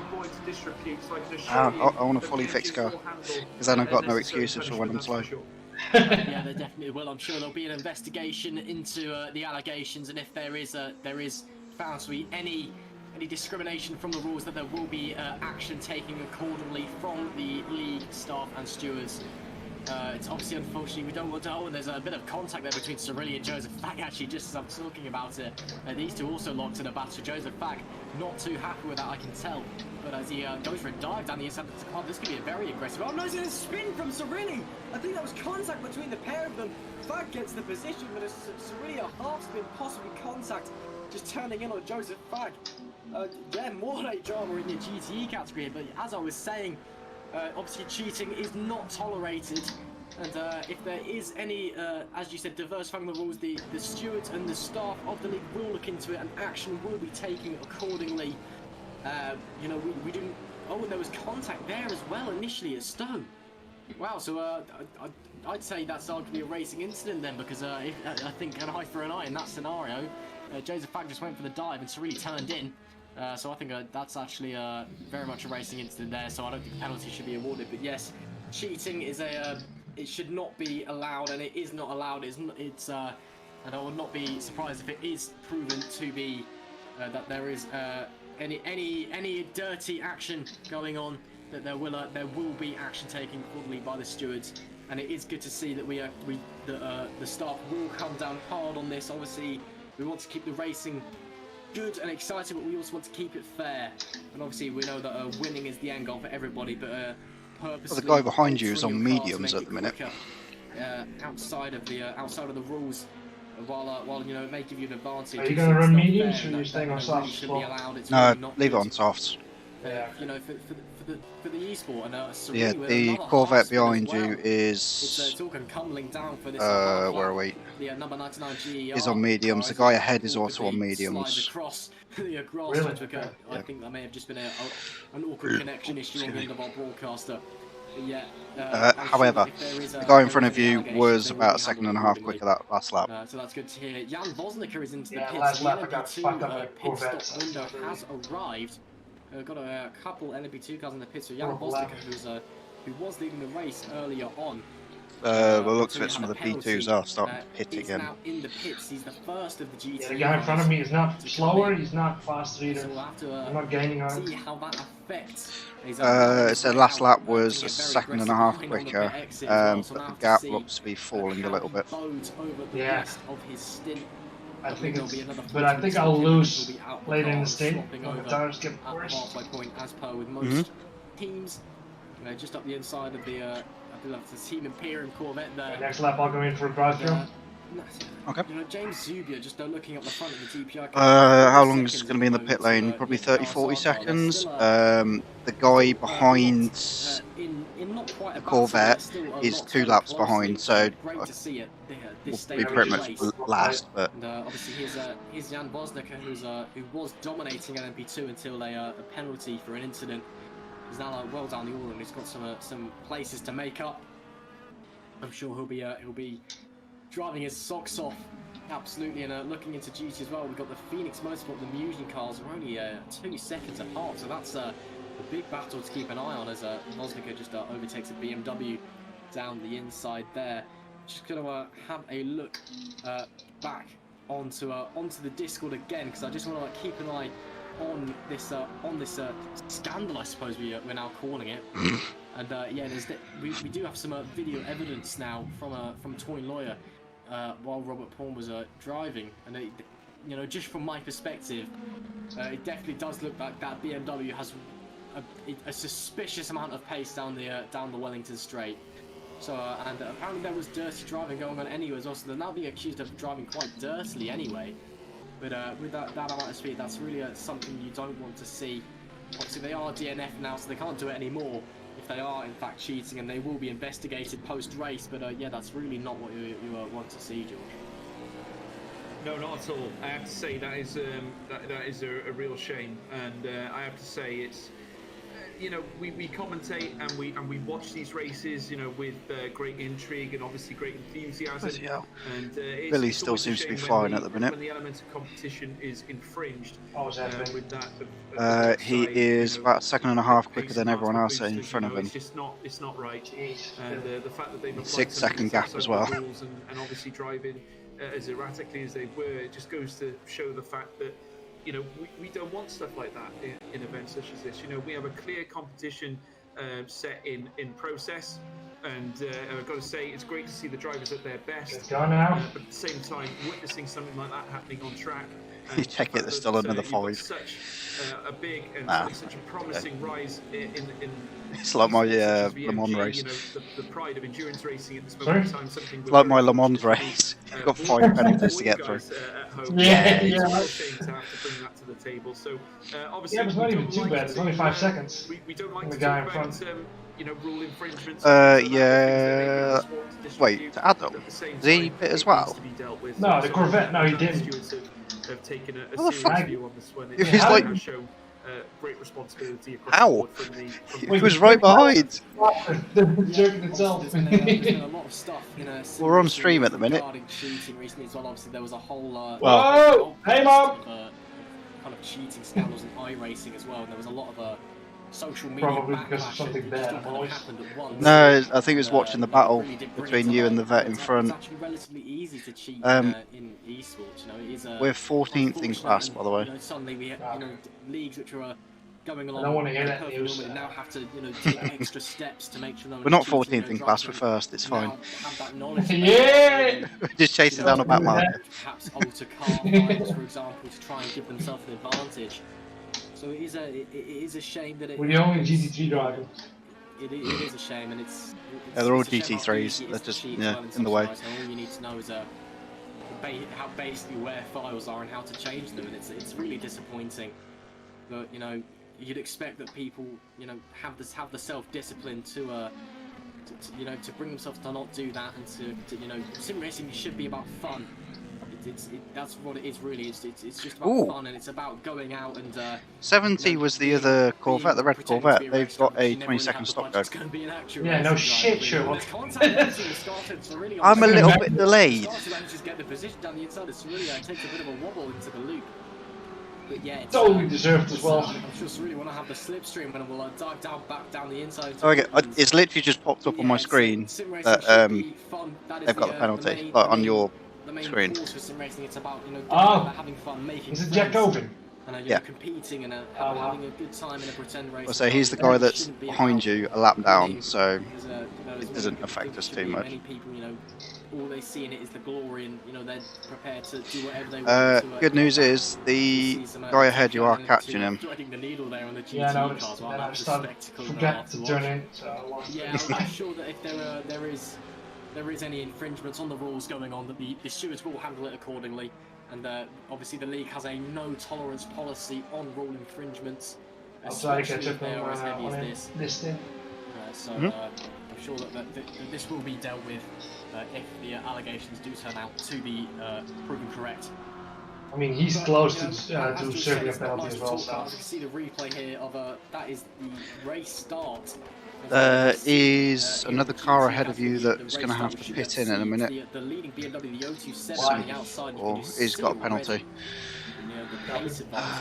74. He might be in the pits now.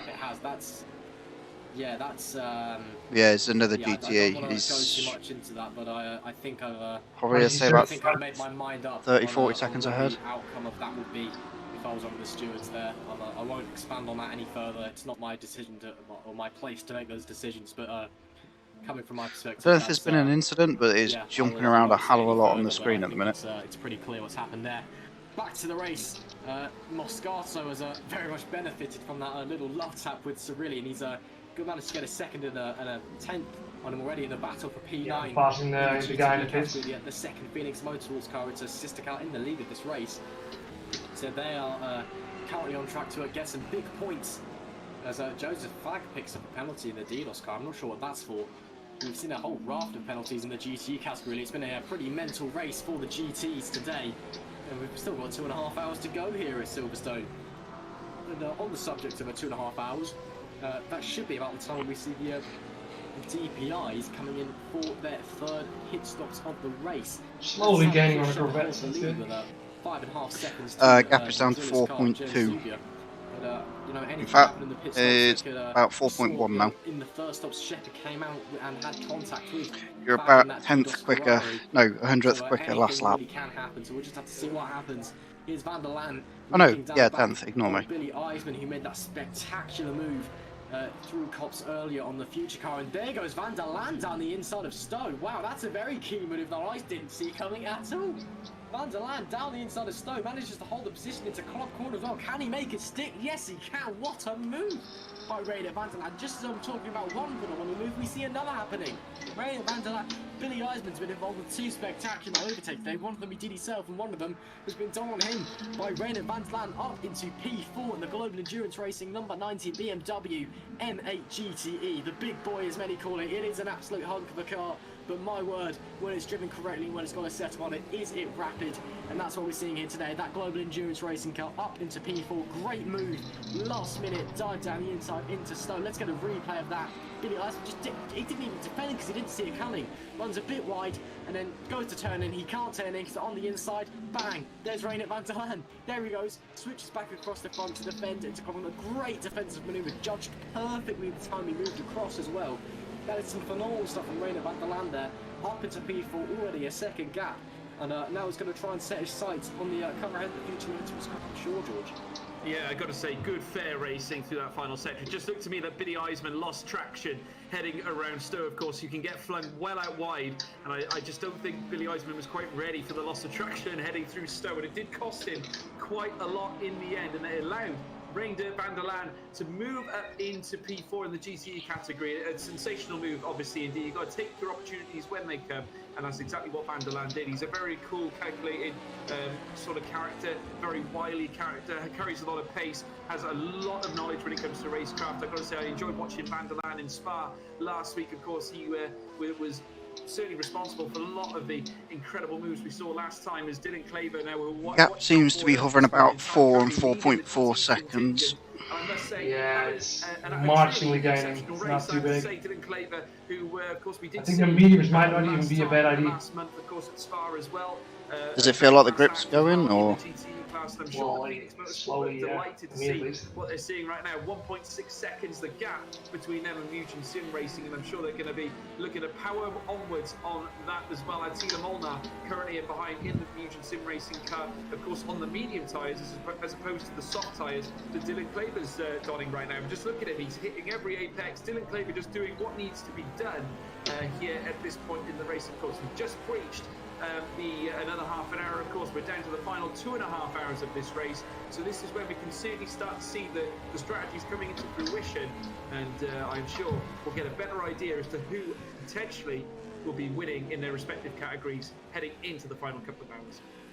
So yeah, at this point, yeah, the race is very much settled into its rhythm, but then you've got to remember, George, that we do have the driver changes to contested. Obviously, it's a mandatory driver change here at VMG. I'd expect that most cars will be swapping with about 2 hours to go, and obviously you've got to bear in mind how those second drivers deal with the car. The drivers that are in the cars first, they've had the entire race to be with the car. They're used to the car. They're probably the ones that have qualified in the car as well. Obviously, in some series, actually, the driver that qualifies has to start the race. It's not the case here, but a lot of the drivers that saw qualifying are the ones who did start the race.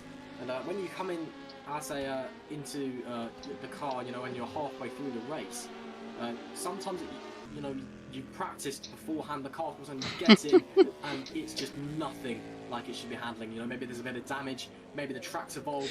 There is some interesting stuff going on in chat at the minute in the VMG Discord. It's really anybody's game as to what's going to happen in the second half of the race. Angry rants, probably. The second drivers are still following quick. In some cases, they're quicker than the first drivers. They just having a bit of problems. Let me find this. Who's leading the way in the Sim Apex LMP2 car. You can bump. A rather dark livery for Apex. Usually carry white in a green, but instead they've gone for a black and green here in VMG. I must say, it looks rather stunning. But yeah, you've just got to wait and see what happens. There may be some very big order change. We could see people tumbling down the order, and by contrast, you could see people rising up the order like there is nothing. And actually, just looking at the timing screen, I'm not sure that's a timing screen glitch. It isn't, because my live timing change. I think that Chris Shepherd's made a mistake, because suddenly James Zubit is 5/10 behind him. It was 5 seconds, and now he's 5/10. We're seeing this battle between Roland Zukes and Thomas Fox still going on. Zukes has finally which is great for the Mugen squad. Yeah, alright. Good. And there we are, Chris Shepherd and James Zubia all in his mirrors, so I'm not quite sure what's happened. Perhaps Shepherd's made a mistake, locked up or run wide somewhere, but suddenly... Billy's doing bloody well in this race at the minute. I think it's running 5th. Yeah, P5 yeah, at the I've got moment. to say, there's no discrepancies on tyres either. They're both bit better than us, but yeah. No excuses here at Silverstone as we're now seeing. What are you saying, Sam? In tandem. 0.4 of a second separating the pair. And where are you? Right now, so there is a little I don't want to talk about it. 14th. 14th. From most drivers on this I wish we were running 4th. I'm still waiting for this rain. I don't know. Remember, he started well down through the field, but James Huber has already managed to cut down the time slightly as they make their way through Maggots and Beckett. And soon we'll get to see the straight line speed on these prototypes as they now head around the final bend as part of Maggots. I think we're fairly close to the guy ahead, but Quinn with... There you can see James Huber just Because my locked tires, behind Chris Shepherd. Here comes the Drillers Esports car on the inside, cuts through, heading into stone. Yeah, I'm getting on me now. Front to back contact there, and Chris Shepherd wasn't able to I'll hold on. happily run mediums Through the last stages, heading into Bell. if you think it's going to help us in the longer run. At least then I can push a bit. We need to fix all the damage as well then. Yeah, the gap behind is too big, so it doesn't matter. Lewis Hamilton straight takes the outside line through, passing the GTE car, round turn 1 at Abbey, heading into farm curve at turn 2, and we'll have a look at this replay now. It was absolutely scintillating. This actually, I believe this is actually James Huber again, who were running off board, just taking the inside line around Stowe, and it was nigh on perfect. Managed to almost back away Chris Shepherd at that moment in time, and the gap is still a healthy Where's my mouse gone? Of a second gap, and you can imagine now Chris Shepherd with the straight line speed, looking to take the outside line, looking for an open door, but no, James Huber still able to hold on to that P1 spot. But what an exceptional moment there in this race. James Huber showing his quality, taking down Chris Shepherd, of course, a relentless Chris Shepherd, but the battle is still not over. Well, at this stage, it is very much advantage Drillers Esports, but as you said, the battle far from over. Chris Shepherd is a very, very quick driver. He's not going to hold back at all, I'm sure. And wow, what a move from James Huber again down at Stowe Corner. That seems to be the action spot here today at Silverstone in the VMG Endurance Series. Down the inside at Stowe Corner, sweeping around that long right-hander. It is a great corner, and when you get an overtake down there, You're about a tenth slower than him last lap. James Huber into the lead of this race. You know, he was leading earlier, had that penalty, back up to the top spot. Chris Shepherd just lying away now 6/10 behind, or more close to 7/10. There's a penalty for Raider van der Laan in the top left. Not sure what that's for the number 90 Global Endurance Racing driver. Big shame for him because he's been having a good race. But as I was saying, James Huber, number 4's got a penalty. My prediction now is that he's going to be trying to flee as fast as he can. He'll be coming into the pits soon, I'm sure. Given the, or perhaps they're trying just to run a tad longer to try to get the most out of this stint. Now, yeah, I got back to 4 seconds now. Chris So. Shepherd, he holds the advantage in the pits because James Huber now just has to wait and see what he does. Will Chris Shepherd try the overcut of the undercut? I say he's probably still got fresher tyres because he's on the mediums, or fresher tyres, better tyres at the minute. What's your tyre wear at? So Chris Shepherd can go for the overcut or the undercut. It doesn't matter what happens, he's going to just wait and see what James Huber does. It may well be that he just chooses to stay out and bide his time and wait for Huber to 76 now. Maybe he's trying to 76, bloody hell. For a mega in-lap. We'll have to wait and see. Last stint it got back to 50. Some GT action going on. So it's far, I didn't think we went under 80, did we? Stuff from James Huber, who's just driven his own race today. Yeah, it's getting really bad, so obviously there was that penalty earlier. might be an ID. With the John AFP mediums. car of Blake Checkett, even apologies. Yeah, still the mediums on. The very poor English on my behalf talking. We've got a lap buffer to the guy behind us, so come down the order. I think it's more than a lap. Way back through and back into the lead. Maybe 2. Spectacular overtake. And just flying through. just going off live timing, it says a lap. I think he's in the second sector. Yeah, it's 1 hour left. To see the come under the bridge, not the actual bridge of Silverstone, which many of us remember. This is the new just bridge which can be used to get over the track. As Shepherd closes the gap into Stowe, now only 4.5 tenths, running the curve on the exit. And there goes Shepherd into the pits. So here we go, Shepherd into the pits. This is Got a whole second. for the battle for the lead. How quick is this still going to be, and how clean is his exit going to be? We saw earlier that he did have I can't see what your last lap was, but his was a 2:02. Let's stay with Chris Shepherd as he boxes. In goes the epic RSR card. Now Jubio will he box this lap, or will he try and get the advantage and try and build a gap and stay out a little bit longer?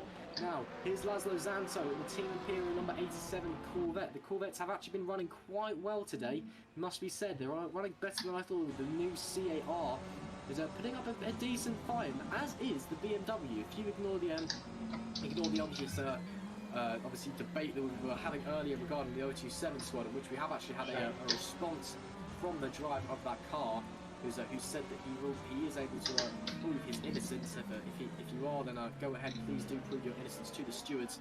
They're the ones who make the decisions, not me. I'm just going saying what I have seen. But the BMWs, they have. Does it reset the 6 for the cut tracks after you've done the drive-through, or is it like half it or anything? I think it's just going to be reset. Okay. Might have a bit of leeway. Also, the Corvettes and the N8 have been up there. They are up there. They are fighting. You know, most of the. In fact, in the top 6, there's only 1 Ferrari.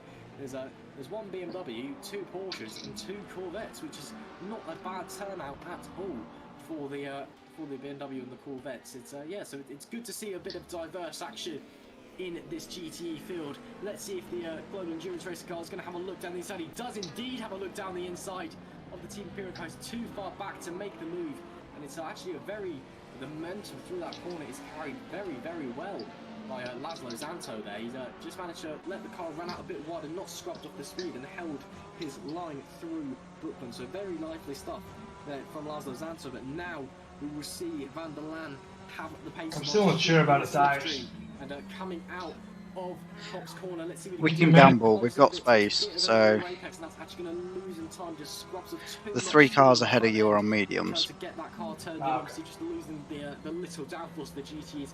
Second place in GTE is also on mediums.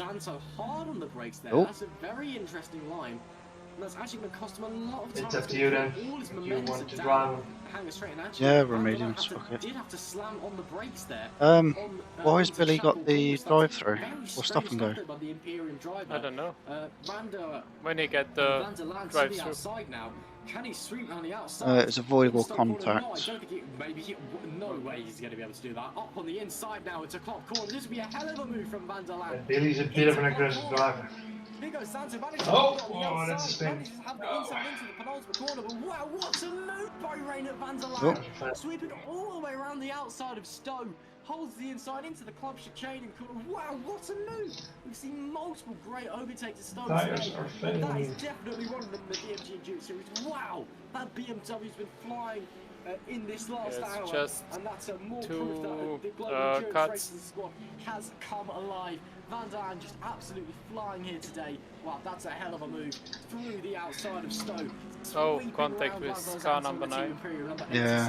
Corvette. Let's get a replay of that on board Van der Laan. Here we see a bit I don't think they're going to show it on the stream, are they? I'm sure that's just a bit of an R-Factor moment. Was P3 in the DPI? Slammed on the brakes into Chapel, which is Oh, the strange. DPI's have been knobs though. Trying to keep Van der Laan at bay. I got about 10 laps left, Sam. I want to get into the server. Cool. What's the server called? What's the password again? Just a little graze going around Stowe, isn't it? Van der Laan has been really It's still and now he's going to focus on what's the word? Right now, but unfortunately for Laszlo Zanto, it seems Can't think of it. Where to put it? Yes.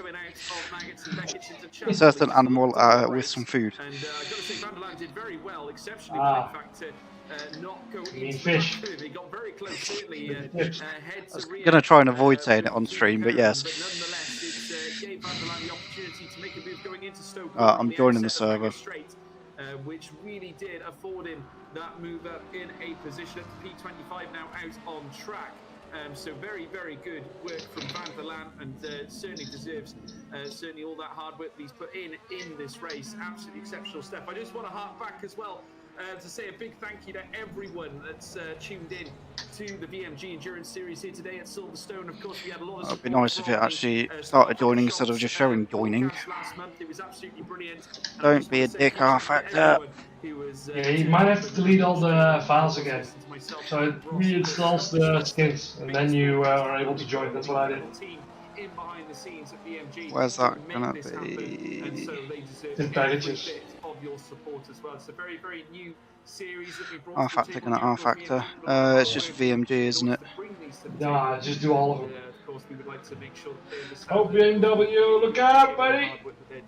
Certainly bringing this to the table, so exceptional stuff indeed. But as we can now see on screen, Alessandro Forte, P9, coming to task here by Joseph Fag, of course, who we know, based on previous experiences of watching Joseph Fag, he's hey, what are you doing? the car down the inside of anybody as they now make their way down between the straight between. Right, I'm gonna have to alter 4 R-Factor. And immediately you see a response here from Alessandro Forte, who moves his car just slightly more left into the centre of the track as we're now seeing I've literally not changed anything since we were in the practice the other day. No, but they did. They just updated the skin pack. I think. Why? People change the skins 24/7. I want an extra sticker. Rejoining a battle here between Dylan Klaver and Attila Molnar. 0.2 of a second, the Delta gap. This is for the lead in the GTE class as they now make their way around the next round. R-Factor. A spin! Oh, a spin there indeed. It's a cluster of a spin. I'm happy they set it 15 minutes ahead. Luckily enough, did not come as worse off as Dylan Klaver, but seems No, I don't want Oh, AC. shit, my mouth. You gotta go in now, dude. I'm trying to get in. Fuck's sake, you're a dick. to take the lead and spring on a healthy. Are you gonna die for me? Nope. Thank you. Seconds at least. Let's take a look at that replay. Absolutely incredible. Dylan Clay dear. who we're currently viewing round in the final corner. It just literally must have been the slightest of touches that just enabled him to spin round. He's just regained the track, but he's lost that P1 position in the GTE class. Absolutely incredible scenes, Ross. Yeah, Ivo and Mona have been locked in battle this entire race. And, you know, obviously at this stage... It's all lowercase, isn't it, the password? And, 1 hour Yeah. and 45 minutes, you're going to be quite It's tired. the food with the fish. What is the password? Food and fish. Oh. I was trying not to say it on stream, for fuck's sake. Oh, I think you got a drive-through. The Corvette. Esports cars flying off the road there. I can't quite see it. Yes, it was. Number 44 Valet Esports I think car. you did, yeah. That's a disaster there. As Oh my fucking I'm game. not quite sure what happened. There's a Boton Burkenyes What happened? at the wheel there. Just lost the car. R-Factor 2's R-Factor 2 I in. mean, we've seen another Valet spin earlier as well. Yeah, I overtook the Corvette again. When the sister car got on the curb, as we see here coming to Brooklands. Let's just get a replay here. Just fighting with a. You got 26 liters left, which is about 13 left. Okay. Plenty of time. Just added a little bit of steering So it'd be nice if for the car just R-Factor decides if it's going to that's really back not in what we work. wanna do, You said just to delete take all us of the this packages, stage, yeah? tired and, you know, Yeah, might as well reinstall R-Factor if you got time at left. the stage. Unfortunately there, but you know, that's what happens in sim racing and motorsport sometimes. This is the point where I'll try and join in. It's going to spend 20 minutes just downloading all the fucking packages again. Yeah, I'd rather not do that. Able to well, partially avoid mistakes altogether, but you know those who also, when they do make mistakes, don't get caught up. And there's another spin there as well. That's Nice. 13th. Fag who's just gone round. No, it's not Joseph. Behind. Joseph Fag is behind P12. Alessandro Forte, but there's a Right, red BMW customise. Ferrari even there, just facing the wrong way at Chapel Corner. I'm not sure who that is. I VMG. think that's the TTF actually, I think that might even be the TTF Racing number 70 Corvette. I just saw red and assumed it was a Ferrari, but I believe that is the 70 Corvette that's just gone round. Hey, there we go. Jack Coven at the wheel. Not sure what's happened, but here we see the leader, James Beep, beep, has boop. come into the pit, so finally... Oh, pink DPI. Possibly even seeing We a good? Chris Shepherd has not had a driver change yet. Now there's Thomas Vac. There's like 90% of the road left to take, and he takes the 5%. It's not really available, but it still does it. We could be seeing a driver change at the next stop. Who knows? We have to see Jubilee still in the pits. Chris Shepherd onto the Hamilton straight. Looks like he's going to get the move done. Jubilee I gained another place. Looks like it. Yep. See if we can get top 10.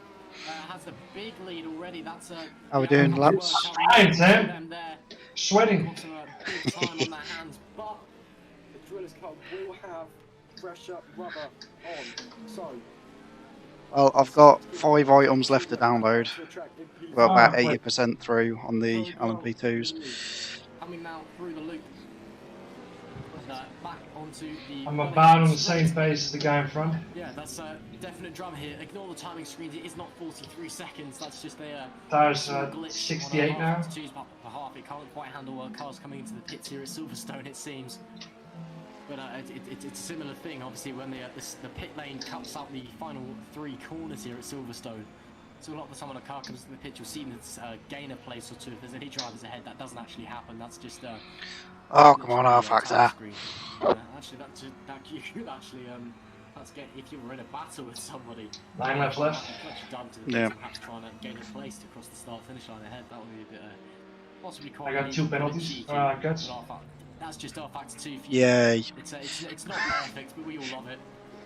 And another yellow Got also. Should be doable. I'm going to have to sort my stream out in a minute as well. No, it's the Get your 99 shit that's together, run by son. Giorgio Sorelli, who's also I don't do prepared. He was running extremely well at Spa. He's another driver who's had a pretty quiet race today, actually. Right, there we go. Yeah, it's a bit disappointing. Anyone else watching the stream, you can look at the lovely, what's it called? Who's been running fairly well, and then Giorgio Loading screen. quite far down the order. Still, it's been a relatively solid performance from the GER team. Just, Right. 2 hours and Spectate. 11 minutes to go as well. positions. There goes Chris Shepherd, who blocks up big time, diving down the inside of the Fusion Porsche there. That's not going to do any wonders to his front tyres. That might even give him a flat spot, which is not what you want this early into a stint. We're number 65, aren't we? Will be hoping he makes those kind of mistakes at every corner. 7.7 seconds separate the pair of them. Giubilo on the fresh rubber, so he will have the pace advantage. The question is, take the jumper off now. Preparation. Get a bottle so I can have a wee. Well, it is already 6.7 seconds. A second through the first sector with that lockup. And with a big lockup, that does come with a flat spot. So I'm sure that Shepherd will not have a flat spot. So that's something to keep an eye on. If the driller's car can, make how long you got? 6-7 tenths a lap on 20 litres, 10 laps, about. Coming into the, less than that, it's like 8, 7, 8. Yeah, I got to say, I was quite surprised to see. Right, I'm just going to quickly rebind some controls because I changed them. I suppose that they want to try and get as close to a fair share allocation as possible. But are you driving with me yet? if you're looking at it, not yet, no. Give me probably about 30 seconds. Yeah, no worries. When I can work out how to look left and right on the menu. Yeah, the guy in front is a bit quicker. And I can imagine that Epic RSL will not be far away from making a driver change heading into that sector. I'd imagine that Chris Shepherd probably just wants to get as much clean air as possible in between him and the Drillers Esports car. But naturally, with the fresh rubber applied to that of James Huber's car, that's going to be exceptionally difficult given the fact that we have still got 10 minutes remaining and he does seem to be lapping potentially, I think, around 3 to 4 tenths a lap. Yeah, Juba definitely has the pace. Right. Very much pushing very hard. Might also be on a lighter fuel load as well. He maybe wants to have just a slightly shorter stint. He ran a very, very long right. stint. Have you had the pop-up? The gap between so big, Chris Shepherd just on the fresh rubber was able to get a gap. Have you had the pop-up? Yep, you're with me, boy. Sweet. To go with the shorter stint. Yeah, in front of me spun, so only 2 seconds now. Yep.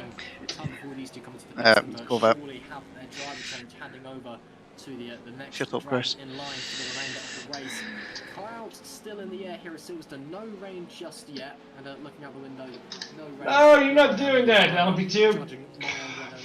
Fucking awful. Given my proximity to the track, but anything can happen. There was we were discussing this before the stream went. There is around about a 30% chance of rain throughout the entire race, and this does increase heading into the last hour. So rain could be on the cards here. It started a massive shake-up to the order. It came, then went, and then came again into the final about 15-10 minutes, and it was absolutely drama all over the place as it came into the final time. And there was 50 minutes left in the clock. The drivers diving into the pits. There was good news, 12th in class. It was absolutely mental in the last 15 12th in minutes. class. And while I'd love to You see will lose place to the guy behind though. Yeah, his last lap was 3 seconds quicker. Very different beast from Spa is Silverstone. It's a lot flatter.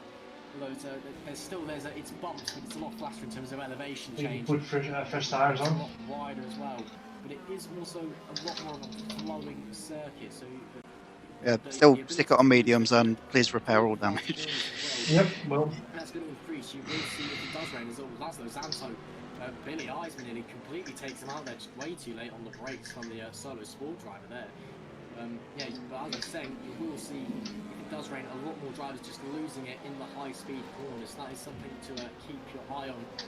If the heavens do open here, Malcolm. Silverstone, 2 hours and 6 minutes. Is he still there? 7 minutes really if you round up left. Get a replay on board with Billy Eisman. I can't see because I've got Discord muted. Oh, he's muted. Fuck's sake. Yeah, I'm here. Can you just check the weather for the live timing just to see if it's going to rain? Yeah. 5 meters too late in somebody's gearbox, and that's the end of the race for the both of you. Billy Eisman still in P4, not lost. Yeah, of course. Go for dive bomb, you bloody fucking man. Now on the inside. The Red Archer VRT car. Damn it. Again, Isn't that the one you were fighting with a minute ago, or is it they got 2 cars? Mine have 2 cars. It's always that bloody grey and green motherfucker. Yeah. Cost me another second. The fake solo cars, they do look fairly similar. At the moment looks good, but Bedford has some clouds and rain is on the other side. So should be okay, Silverstone at the moment. We'll see. I'll put on mediums for you. Oh. Overcast, you're right. All day. Oh yeah, could well. You sure want to repair all damage, Sam? Might take a while. Sort of getting revved up the wrong way. They're heading in. Yeah, do it anyway. As I said, we've got the 2 cars that are behind us. One of them's quicker than us anyway. The other one was... well, one of them's slower, one of them's quicker. If I can just sit there and just try and keep it out the wall and hope for some rain, we might be alright. I said from that, well, one car behind us, the other one's a lap down according to this, so... distance in between him and Thomas Vac, who is still very much in his slipstream. 0.3 of a second, the delta gap, which is certainly considered to be nothing in these prototype cars, because they're ever so quick. And if you look at it like pace in Formula 1, literally tenths of a second, a minimal, even a second is minimal. And I have to say, it only takes a moment for an LMP car to make a mistake, or certainly a DPI car to make a mistake, any prototype for that matter. And remember, there's near enough 750 brake horsepower in these cars on a lot of the occasions. Sure, why don't you do it? Oh. Worse going. That was a Porsche looking the wrong way. Yeah. Fine. Stay on the track. You do need a mixture of speed, but also you need to be Lost very, another very half a second. Cheers. I think on some cases. Mommy, you think you text me with the guy in front? The guy in front. So it's not long. Just think you can get out the car and go and have a drink in a minute. Sounds like you need one. Yeah, the beginning was rough though. Holy shit. Now it's alright, the DPIs are not too bad anymore. Do you know what I didn't do? Put any fucking WD-40 on my throttle. I can hear it, yeah. Right, how long have we got? 5 laps. Cool, that's plenty of time. Right, I'm going to mute up a minute. I think it is just getting in the way there a bit as they come through. Yeah, that's the beauty of endurance racing, is there is 3 races on the track going on. Well, here it's more like 2 races because of how close the LMP2 and the DPIs are, but there is 3 races going on, so you've got the 3 categories, and each of them are fighting for their own wins on the track, and you've got to deal with the traffic, you've got to deal with cars lapping you from the no cap. You know, in some endurance series there's 4 or 5 races going on. It just depends how many different cars there are. I've drowned it, so... Hello, dude! You're the GTE car driving here. Trying to not let faster cars get in the way. You can see here Laszlo Zanz having a go at the inside of Billy Have a second. Cheers. Down the inside at the right. Still a bit squeaky. Yeah, it might take a while. The pace down the outside. That's the south game first. There we go, that's a bit better. Never mind. Stuff. Still hearing. There goes the DPI down the inside. Who's going to get it into Magus and Beckett? This is fantastic stuff from both these drivers. It's like about 4 laps left. Just going to get it ready. I am ready. But wow, that was some great side-by-side action from both of these drivers. Laszlo Zanto running a bit of a show there, but as I was saying, there's 3 races going on. It's all about how you deal with that, and sometimes you can be all of the back of someone, and then suddenly a lapped car just gets in there and ruins it for you. You lose radio seconds, which Spotter, radio check. Make up. And it is tough. It is tough. It's a very unique aspect of sports car and endurance racing, but that's the beauty of it. It's that extra dimension which you don't get in any other series. That's so annoying. Turn up to a NASCAR race, and at the back of the field there's an Xfinity or a truck car going around. You have to deal with lapping that. I might have to take that apart and see what's going on. That's infuriating. And as Billy Eisman tries to open a bit of a gap to Laszlo Zanto, I'm sure Zanto will be willing to try and overtake again. That was some great stuff coming through all the way through Luffield and then through Cox, Max Becker side by side. Santos really making the most of that new Corvette, which hasn't quite had the pace that I'm sure was quite expected of it from the R-Factor 2 community. Everyone I think was expecting it to be a little bit quicker, but it's Santos putting a great display on for us today as we approach the 2 hours remaining, the halfway mark. Ooh, the red Corvette is in front of me. Round 2. Yeah. I think I won't catch up with him though. Well, Santo is, I'm sure, going to try and close Well, that going gap. from how slow he was, we might be alright. Iris, Peter Vagapov in the number 37, trying to hold off Christopher P29. We're gaining. Is that top 10? Starting to see some driver changes in the LMP2. We might be in the top 10. Starting to see Yeah, some pit stops. The don't forget we have to go in. come into the pits. Sim Apex and HBR. Make a screenshot of it so people believe us. Those two stepping out of the car. If I look at my live timing or if those pit stops will be done. Where would these two Let's show on this. No. Oh, 28th apparently. Oh, there you go. Right, keep going. 8th in class. 8th. Yeah. A miracle. I think it might have something to do with pit stops, but we'll see. Maybe. Could be. It's a shame Sam is going in though next. Yep, straight down the order.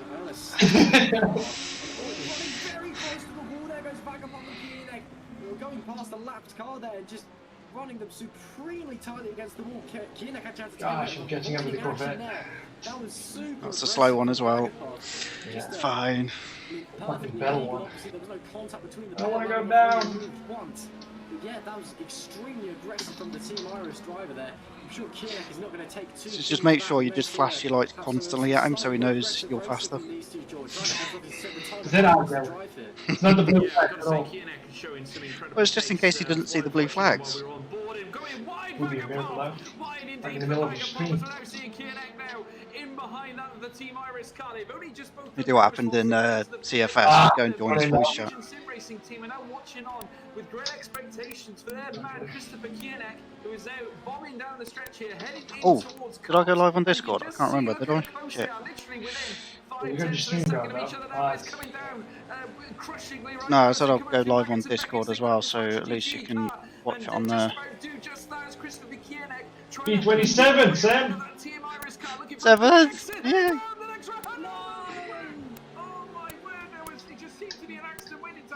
Well, how was that? Right, there we go. I might be running on safety car fuel. That's why I'm so slow. Last lap was a 2:02.3. Is someone clicking or something? Sorry? Is someone clicking or something? I can hear something going. Not that I know of. No. I'm not it. Might be your team speak as well, the beeping noise. Oh, didn't they say the whisper thing is the same for admin? Shut up, Al. I got 1 lap left, Sam. Roger. Oh, I think I'm still driving with you, aren't I? Sam Woolridge selected. Yes. Get me some mediums on, fix all of the damage. Yeah, I'm coming in this lap. Roger. We're currently in 7th. Yeah, make a screenshot of it because it will be our last time. The gap is absolutely tumbling down. He'll be all over the back of Vagapov very, very shortly, I would presume. Just go take a look at the live timing here, see what kind of vector times he set in. Kienek is pedal is so annoying. Was 5/10 faster than Vagapov. That is ludicrous. Let's see what he can do. Well, that's that. As well. This is where the incident happened. Yay! Can't believe it. But obviously can't really do that again Right. this time because Let's see if I get the pop-up. Well, I'm not a fan of the new UI in where it doesn't tell you if you're sitting with the car. damage 34 seconds, 98 in total. That's alright. Losing control in 90 seconds.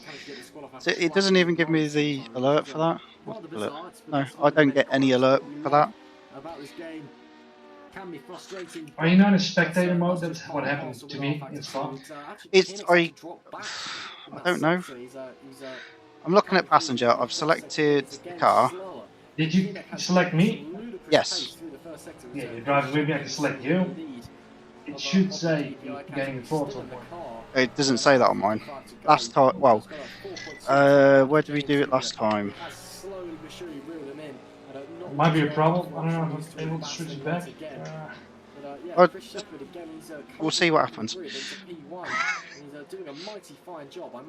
that's what happened to me last time, and then I didn't gain control, and I was still in spectator mode, and I didn't gain control of my pedals. Oh, no, it's sorry. When we did practice for the Spa 6 hour we were doing, it didn't give me the option until the pit stop had stopped, and then it just said drive. So, well, we'll see. It's 19 seconds left. I hope you. Yeah, I'll keep my foot on the clutch just in case. Doing exactly the same thing. Juby, on the other hand, with that pace advantage on the soft tyres, the gap's still falling. He's pushing like crazy. I'm sure 5 seconds. He's 4. that gap, and he must be all over the back and now you're in. of Chris Shepherd when it comes Yep. to the pit No, it's stops. Go. okay. Yeah, it put me in the actual pits. There's a car approaching. Okay. Don't cross the white line. Watch your mirrors. Incident is You're able to drive. detected Everything to all as right? yellow. Yep, I'm on track. It looks like Zajiva. the spin did. Your brakes are cold. Let's get some heat into them. Just laps a Ferrari there and heads on his way round Luffield on out again. It seems that the sky is getting Green flag, sector 2. The gap is big enough, so don't worry. Just get in a rhythm. This is the regular weather in England anyway. It's a pretty grey place to Blue live. flag. But that's not taking away from the action here at Silverstone. On your left. Yellow flag. Are mediums on? It's fine, mate. It's just a scrape. Tell me a minute. Yep. It's been quite phenomenal. We haven't actually had a single code 80 yet in this race. I was just about to That's so weird, though. That you could be back in the pits. Oh, it's fine. I'm driving. We are forecast rain later on in this race. Of course, the grey clouds have formulated over Silverstone, so we will have to wait and see whether the rain will become a factor. But I got to say, just harking back to this Chris Shepherd, James Juba battle, of course, you can see James Juba in the background taking Maggots and Beckett on the outset of Chapel. And I have to say, I would not be surprised that if James Juba followed Chris Shepherd into the pit lane. I get a feeling that maybe James Juba will want to just track the leader. Okay, here. Sam, there's a Give faster whoever car approaching. comes in the car instead of him a chance to just close on Chris Shepherd, as we're now watching Adam Zagaiba Okay. coming into the next right-hander. And it just Yes, seems I'm like slow. right Leave me alone. Car right. Play right. Well, there's no reason to just relax. Get plenty of time to. Not ideal at all. And heading around the right-hander. Are you streaming on Discord? Yep. Cold Or tires should all be. round. I'll Temperatures leave are this fine. certain. Blue flag. Chris Shepherd trying to negotiate his way through this field of GTE cars as Good luck, Sam. down the stretch between arena and Clear See how right. badly it goes. turns 5 and turns 6. But sensational stuff in the background. You can see James Definitely Juba, tell I'm not on and, softs. he is bringing back the time slightly. Yeah, Remember, that's what I James Juba thought. on the fresher compounded tyres. Chris Shepherd, who has managed to fight his way back, remember, on a older set of tyres as opposed to James Juba. So I'd imagine that James Juba just want to really utilise him, get as close as he can to Chris Shepherd, so when they box the next time, they can be, I suppose, on fresh compounds together and at least have a fair fight for the remaining 2 hours. Of course, they will have different drivers, I can only imagine, in their next pit stop, as we are now seeing new drivers now taking the seats in the cars at this moment in time. It's going to be very thrilling to watch as we see GTEs in the background there coming a cropper heading into Maggots and Beckett's. Absolutely sensational. In fact, we've got another battle on our hands here. Rain Dirt Van der Leyen, who has never failed to impress here today. You've got 2 GER cars very close together. I believe that is Sorelli, isn't it, Ross? That is Sorelli, yeah, just getting lapped by Van der Leyen there. I've just been brought to the attention by Stein Prinz with a bit of a leaderboard glitch going on. And apparently, according to our leaderboard, the leader of the LFP2 club, the Silverfix 56, has been in the pits for 9.5 minutes now. I can assure you that's not the case.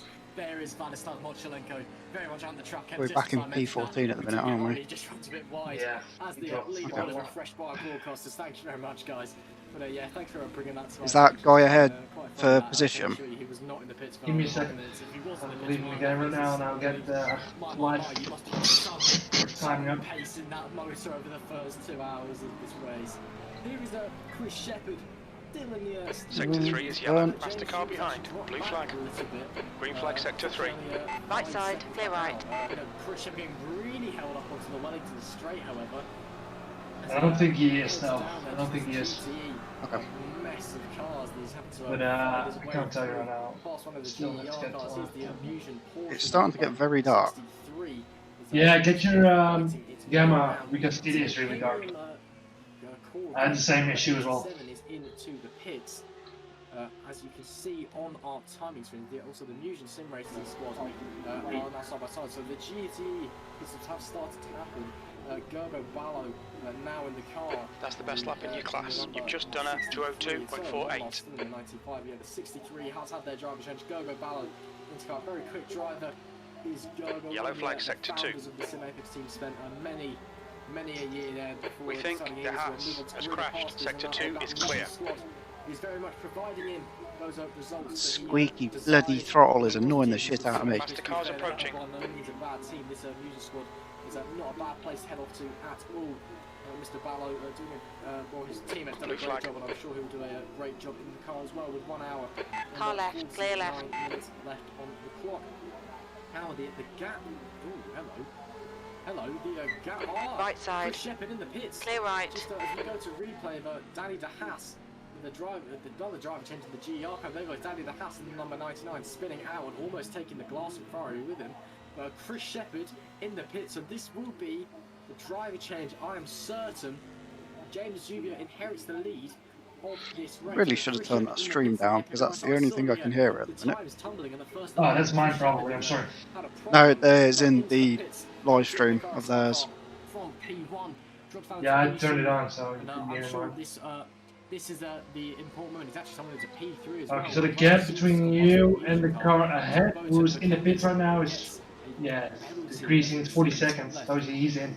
You could just see how long the driver. I don't suppose you know how long he was in the pits for. Shepherd has been in the station or the car. Still gaining, so I think he just went in. For well over 40 seconds now.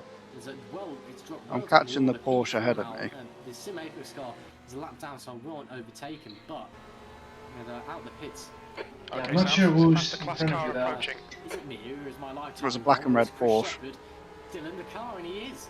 Wow, fair enough. Chris Shepherd is doing a very long stint here today. Blue flag. There's a car rejoining. He's done a Don't be a dick. Don't be a dick. Don't be a dick. You're gonna be a dick. On your right. Yeah. Clear right. By Chris Shepherd still in the car. So obviously not the driver change we were expecting to see there, George. No, not at all. He is still staying in the car. Half expected Epic RSR to make that necessary swap, and we'll have to see how this pays off for them. They are still currently in P4. They've obviously done a mammoth stop there indeed. I can only imagine the tyres and fuel have been looked at for that car indeed. They're currently in P4, as I said. Yeah, so the car ahead of you is indeed a Bell. I don't think it's the Porsche, it's the car ahead of the Porsche. That's two prototypes I can see at the minute. Okay, no, never mind then. Then it's the Porsche. Is it Klein? 16 seconds behind. No, Dave Tepper. I've got Damien Klein in front of me. Sector 2. Damien Klein is... We think that... The two prototypes just had a crash, and one tried joining the track in front of me. Damien Klein is in P2. Oh, okay, so... There's a faster car approaching. But he drove the 204 last lap, so he gained on him indeed. Oh yeah, he just overtook David Tepper. So you gained a spot. But I think my ratio might be a bit behind. And as they're now making their way down towards the next left-hander at Brooklands. On your right. Around Luffield. Clear right. And Gogo Belau still holding firm in P27. Attila Molnar, P28. 1.1 seconds separating the pair of them. Of course, we know a little bit about Molnar. He's been very tenacious himself, but Gogo Belau, a very pacey character as well. Faster car approaching. They're racing us for position. Don't expect any blue flags. In their team. On your right, clear right. I can't see where this fucking prototype is. Because he was pitted. But no such results so far as we can see in the GTE category, as we're now seeing David Alphahelm. Have they got a laggy car or something? Yeah, be careful. That's what happened to Billy earlier. there in P25, opening the door potentially for Laszlo Zanto, who has already managed to close the gap quite significantly. Maybe a move heading down to Bale, no, decides not to, and just literally holds himself in behind the TCC Motorsport car. Laszlo Zanto being a little bit patient, does not want to overstay his welcome here. Is the Corvette behind me position? That's Forgax. Probably butchered the name. The leader Vanderlaan is pitting. Give me a second. For fuel, 1 hour, 1 minute into the race. Favors Laszlo Zanto at the moment as they head down towards No, I don't think he is.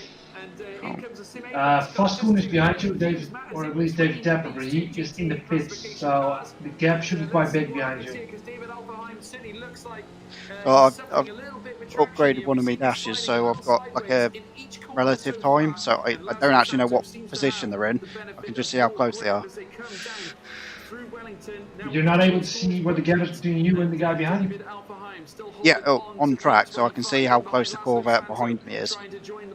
Oh, wait, oh, that's weird. Okay, yeah, because, I don't know, he's not racing with you, because the car behind you is 60 seconds gap. Okay. It's just that I pit car, so it shouldn't be the Corvette. Damien Klein is driving 202s. You're about the same pace. If there's any driver changes being made there too, as running Car right, clear right. Certainly going to open the door once again to Laszlo Zanto as they come out through Maggots and Beckett's once again. And as they do so, it's all a question of who's going to be bravest on the brakes here. Indeed, Alverheim seems to be a bit tender on those brakes there as they power through on the accelerator. Just look how much time he has actually lost there in comparison. And certainly as they do so, they're coming down the long hanger straight. On your right. Very soon to enter. Clear right. No move quite being able to be He's now in the made lead. yet, That lap time was 2:02. Be careful with him, because he is P2, that's Damien Klein. Yep. Struggling about there. Who's that flying off in the back of there? That's I believe that's the Omicron LMP2 car. Just getting a bit wide on his run into the pits. There's also I'm not quite sure what's happening here. He's Okay, Sam. There's a faster class car approaching. Apologies for that. Must be a connection issue on their end. You know, as you were saying, yeah, Offenheim's just under a little bit of pressure here. He's I'm sure he's. I'd say, do you want to ping him a message and say, can I go past as I'm quicker? Struggling a bit. That Porsche hasn't been particularly impressive all race. If we're not to be obviously. I don't want to fight him, but at the same time. I can understand it. I'll see what it's called he's driving for. Number 62. Still there. Fucking DPIs.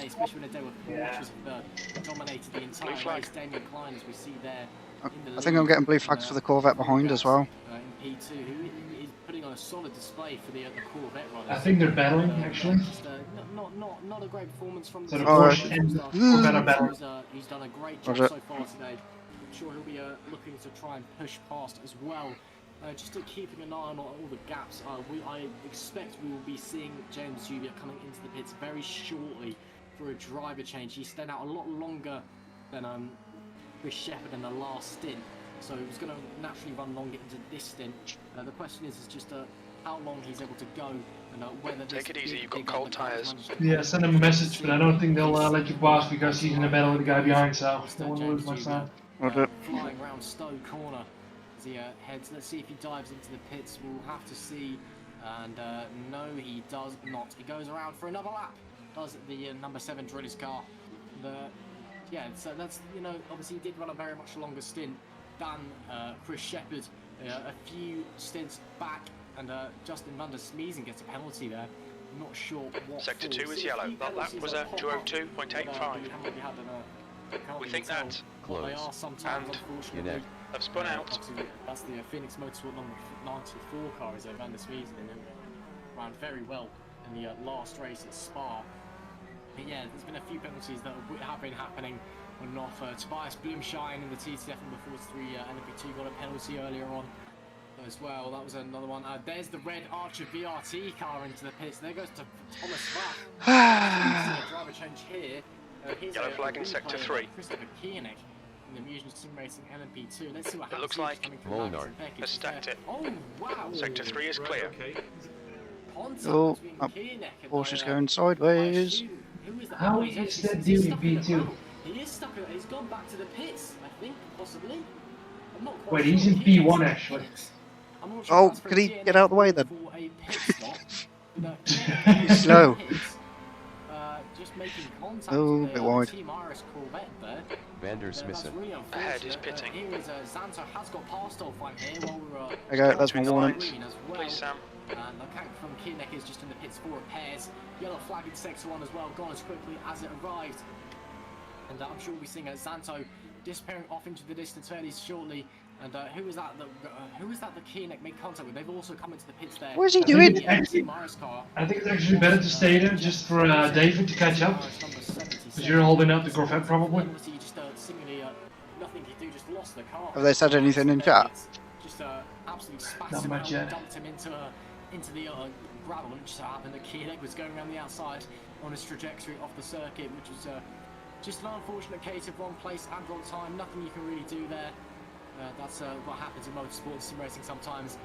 We 1 minute, 1 hour, or even not 1 minute, 1 hour and 40 minutes left. Opportunity Opportunity hasn't. here at Silverstone. Here's Olfheim. He's actually he's managed to Oh, stay oh, with no, Xanto Porsche's Benson gone. and Forward. I thought it'd be a much I felt that. larger drop-off Yellow from flag the Team Imperium Corvette, but that Porsche's Four managed to gags. is now leading. hold Sector itself 1 is clear. very We think. comfortable. Climb. You know, has gone very off. respectable, very fair enough. I thought he's decided to prove it. Well done. It's all to you. That's why you spun. Okay, Sam. The next You car is. kept from pushing on it. Yeah. That's a way to let you by. I enjoy that. Yeah, Nothing we'll to let do you with by. You're way faster, Sam. I'll just spin in this corner. You're being caught by the LMP2 runners. Earlier when someone ran into the wall, I forget who, but we are lucky at sim racing because you know you can have accidents like Gosh, that. man. Two Oh, too wide. Something like that. Go away, Car prototype. right.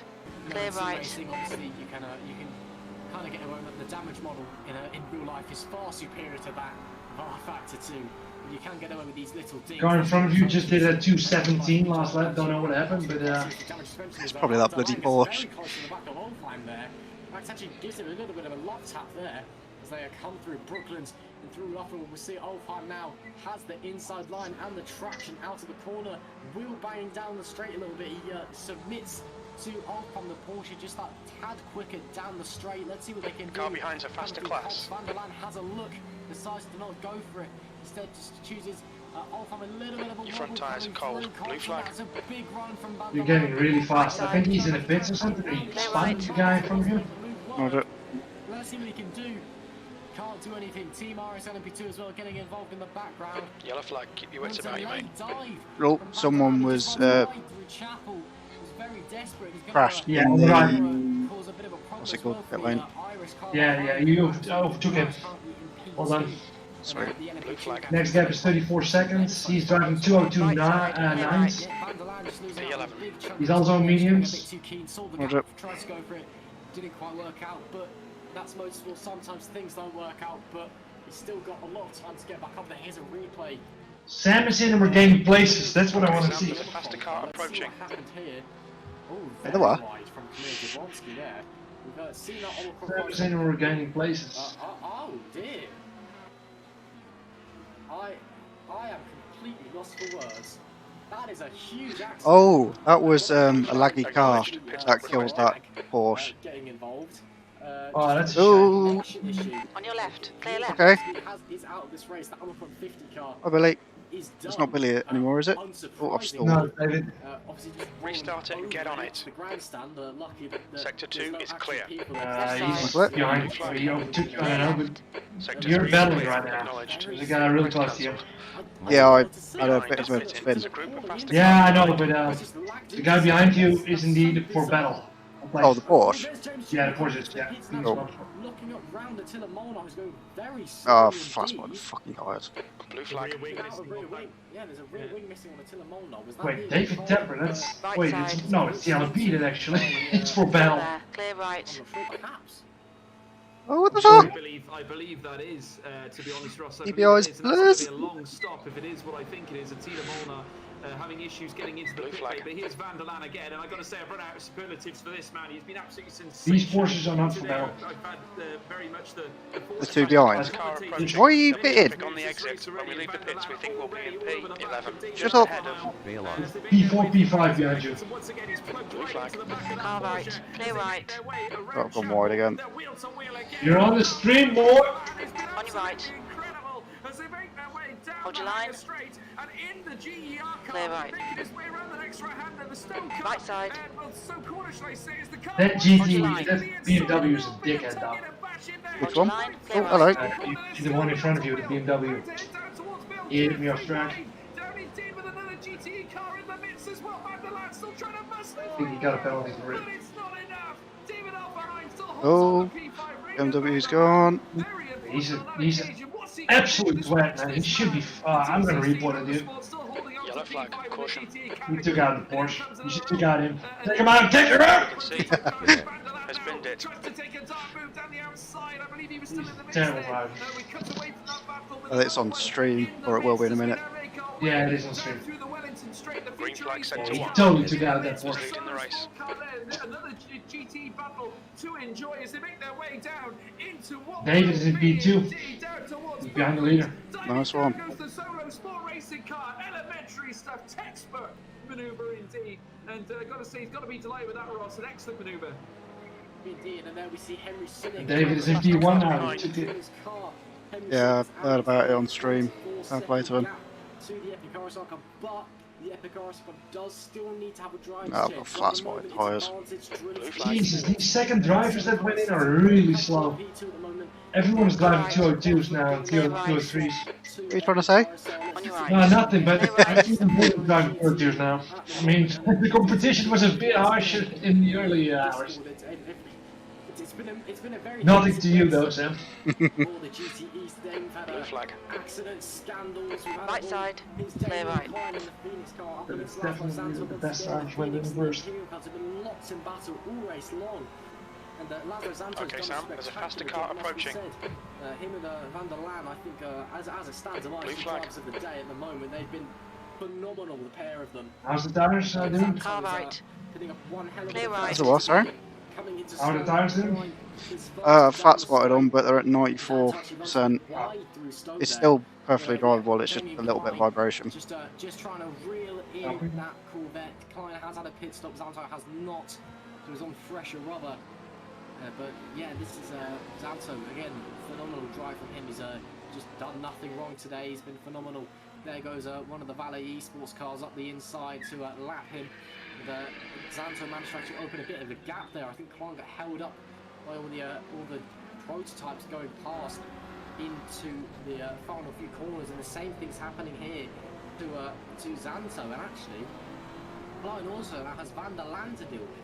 So Van der Laan now out of nowhere is back all over again. So here we go. Blue flags, blue flags. Left side, clear left. Closest to the back of the field. Going for the move, side by side, quarter panel to quarter panel. Here we go. Reinert Van der Laan in the Global Endurance Racing number 90 on the inside into Brooklands. This is going to be a move and a half, and it is great move by Van der faster Laan. car Can Klein get approaching. the switchback?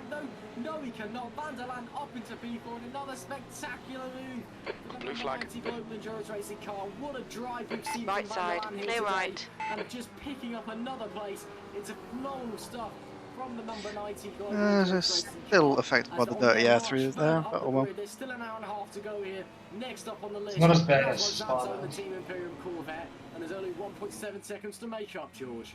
Yeah, Damien Klein unfortunately was on the wrong end of an overtake there from Van der Laan, who's been absolutely scintillating in this mid part of the race, heading into the latter sector, and they're now trying to close the gap. Oh, catch up to that same Porsche again. Fuck's sake. He's currently in the context of things 1.5 seconds away. There's two of them actually. And, we now watch Van der Laan. Ooh, See Damien there was no Klein grip there. in the flag.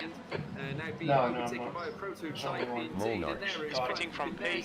On your right. it's certainly that man, Still there. Santo, dead ahead. Clear right. Certainly the way You going or Van what? Laan's going, I'm sure it won't be long before he manages to recoup the gap and certainly make a move potentially on Laszlo Zanto, and that is an affair I can't wait to see, because we know how impervious Laszlo Zanto All right, can Sam, be to there's a car exiting the pits, overtakes. heads up. He is certainly a battler nonetheless.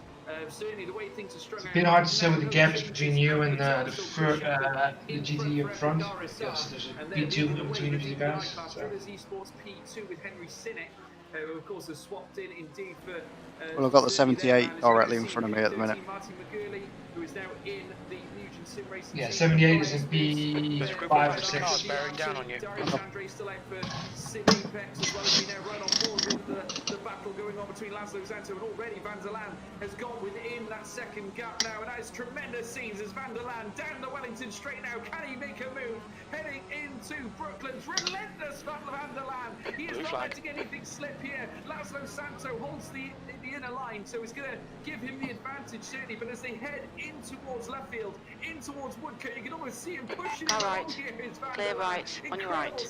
Clear right. I've got to say, never a dull moment with this man at the wheel as they now round. There's a faster car approaching, blue flag. The old paddock straight. You can now see him in the midst. Can he get a move going? Why? That would be sensational. Clear left. Right off anything at this moment in time. Yeah, it's the great DPI. Why are you going on the outside? Santo hanging on as they come up now in towards what will be Maggots and Beckett, and as they do so in tandem of each other, literally stepping in behind is Van der Laan looking for an opportunity out towards Maggots and Beckett, the inside line, heading in towards Chapel. Oh, he's a slippery character. He's a slippery character and slithers his way through up into P3 in the GTE category. Laszlo Santo all over the rear end of him there is unable to have an answer for him, but he might have straight line speed heading in towards Stowe. He has a little look. Does he open the door? On your right. Clear right.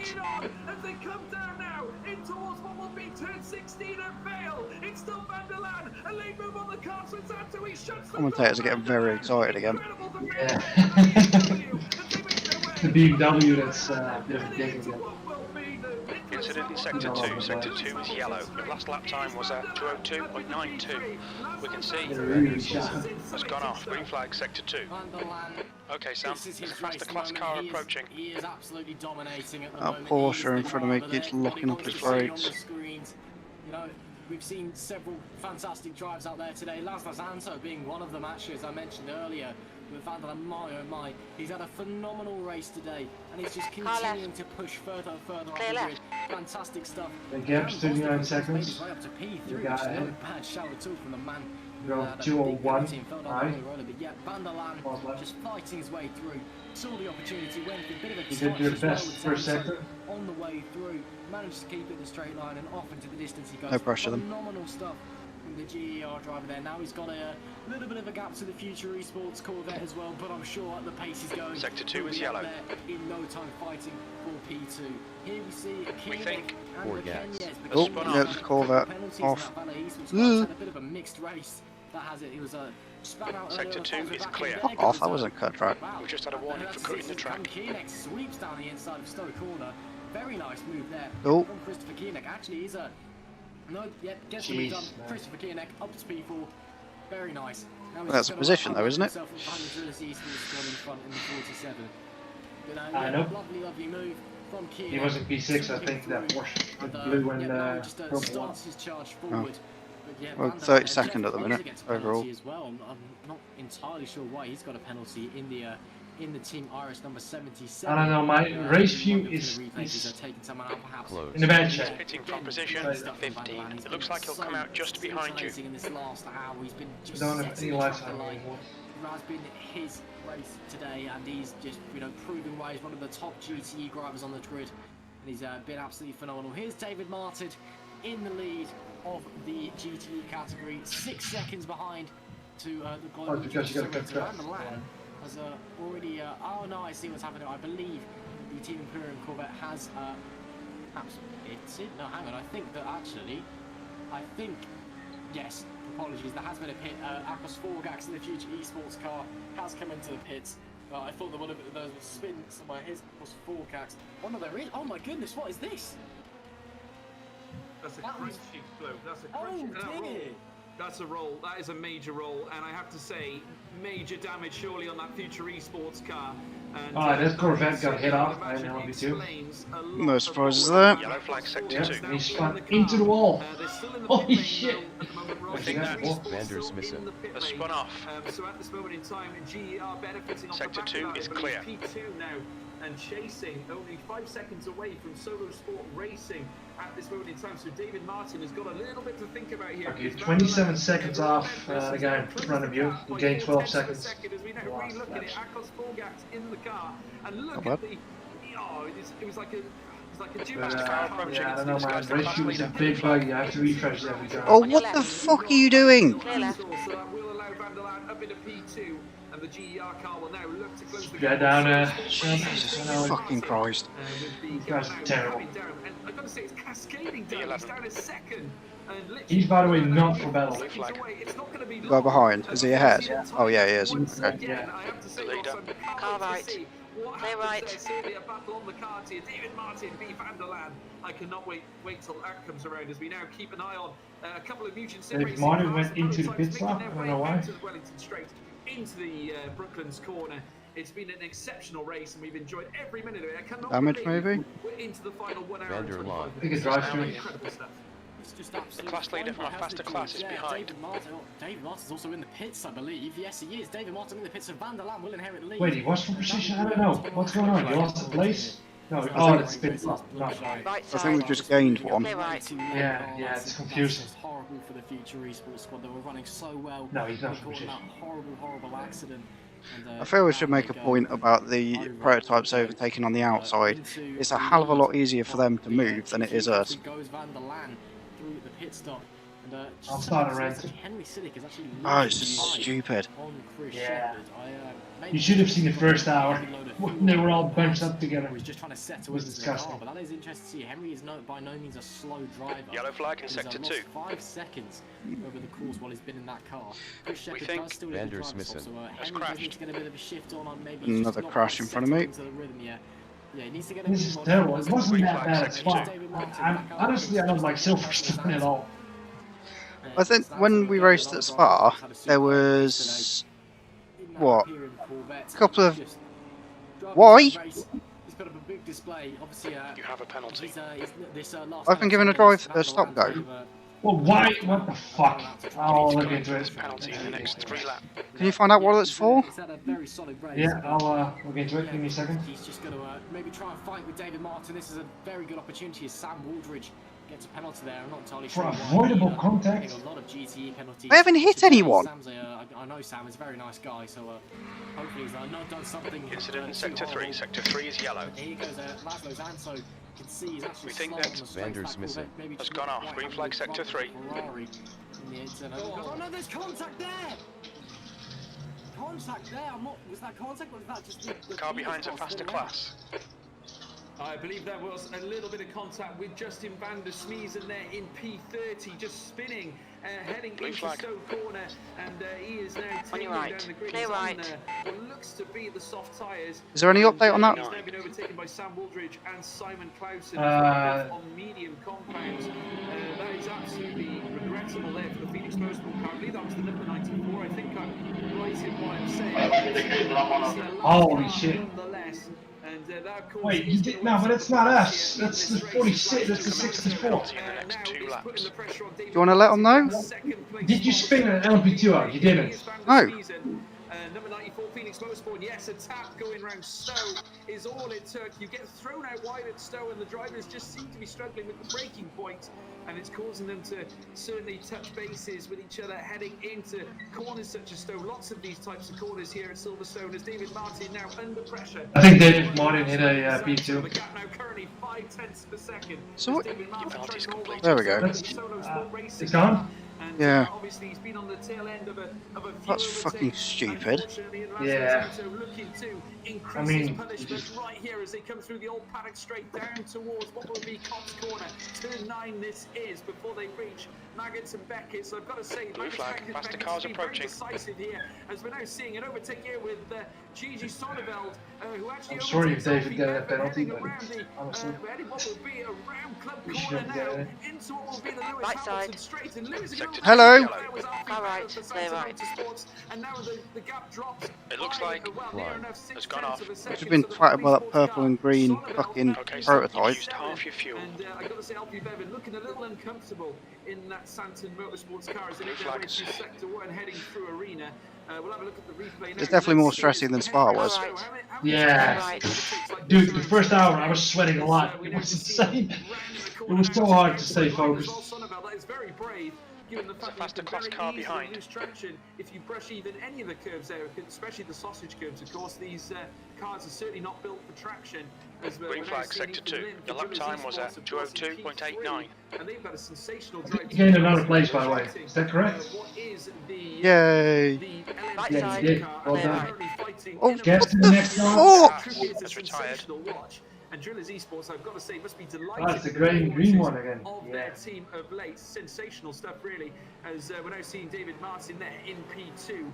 A load of people are just retired. Again, battling here as they now make their way down the Keep your head down, Sam. once Just again, David Martin don't worry under about it. huge jeopardy. We all Here know comes that terrible Lando boss. Santo, and he's got the slipstream here. He's got every chance. If he's got the pace, he can wind out left here. Relax, you're doing Santo great. with a chance as they come into what will be You're faster than the guy ahead. certainly as they round turn 6 now, B29. heading into turn 7 at Also Ludfield. mediums. And they're trying to grip to every part of the apex. Do not brush any of the curves. Can't afford to spin out here. Here comes Laszlo Zanto on the outset. Blue flags win.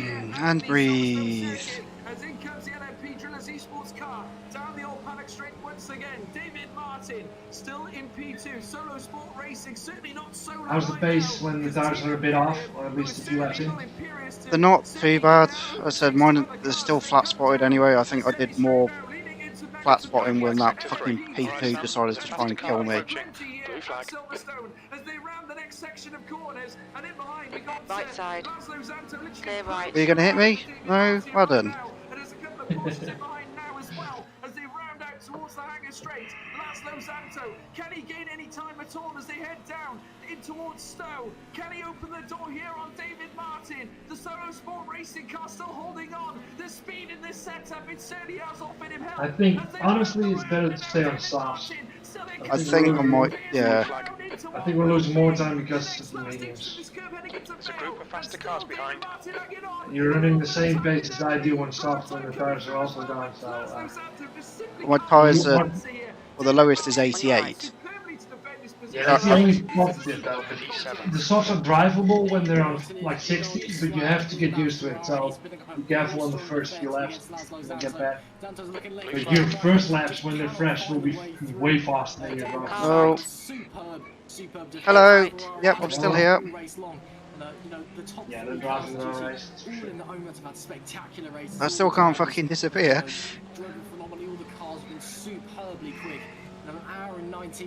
You gained 2 more places, I think. You're 28. You're faster than the guys ahead, behind you, so well done. You're a bit slower than the guys. Approaching. Roger. He knows it's got the pace. He knows that he can get the overtake done, but he just can't quite find the gap to get.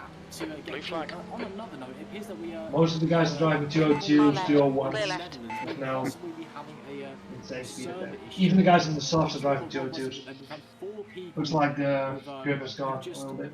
left the race out of nowhere. Sector and 3 have is their clear. vehicles stored in the garage according to the game. But all of them have been in all of them live in the Netherlands, and it's only 4 of them. It's not everybody. Blue flag. Yeah, so it appears to be that there is a server Oh, I should have done far too early that. in specifically for On your drivers, right. in the Netherlands. Clear right. That's a real shame. Hey, Hopefully Billy. anyone who does live there can get back in quickly, but yeah, unfortunately it's one of those things. Unfortunately, that you can't get past. It's just server problems happen. So we do apologise for that. It is heartbreaking if you get this far. I'm not sure. He's been Right gone side, for a while now. Where are you? Watch out. I can assure you that. But, There's a fucking prototype that just seems to disappear. Yeah, the prototypes are Clear right. crazy. They're disgusting. It's terrible. Green flag sector 3. Fucking idiot! Can you give Malcolm a new TeamSpeak address, please? Oh, wait. The entire prototype field, by the looks of things, calls for a red flag in the Discord server at the moment. I believe the stewards will just be discussing what is happening at the moment. Martin's really wide, and Zanto is going to have to be able to slide down the inside. Zanto just Head down, Sam. You're gaining a lot on the guy up front, so a slight wheel banging between. You got this. He's got the more speed. At the moment, it looks like Xanto's just going to have the advantage. You got it? The inside line. Yeah, we got Who this. gets on the race later? It is Xanto. Martin might be able to achieve the switchback, though. No, Xanto gets the move done. Great stuff from Laszlo Xanto up the inside of David Martin. Lovely move. Saw the opportunity and went for the gap. Great stuff there from Laszlo Xanto in that Corvette up into P2 now, chasing down the leader, the Global Endurance driver. We all know who it is. The Global Endurance team that has just done so well. I'm getting some food, Sam. Right back. He's now going to chase him down. Van der Laan overtook him earlier. Now let's see if Xanto can catch him up. Retake that position back off him. P2 for Laszlo Xanto in the P-Team Imperium car, George. Red flag, red flag. The race, please, no, please stop on the front stretch. Please stop on the front stretch. Fuck.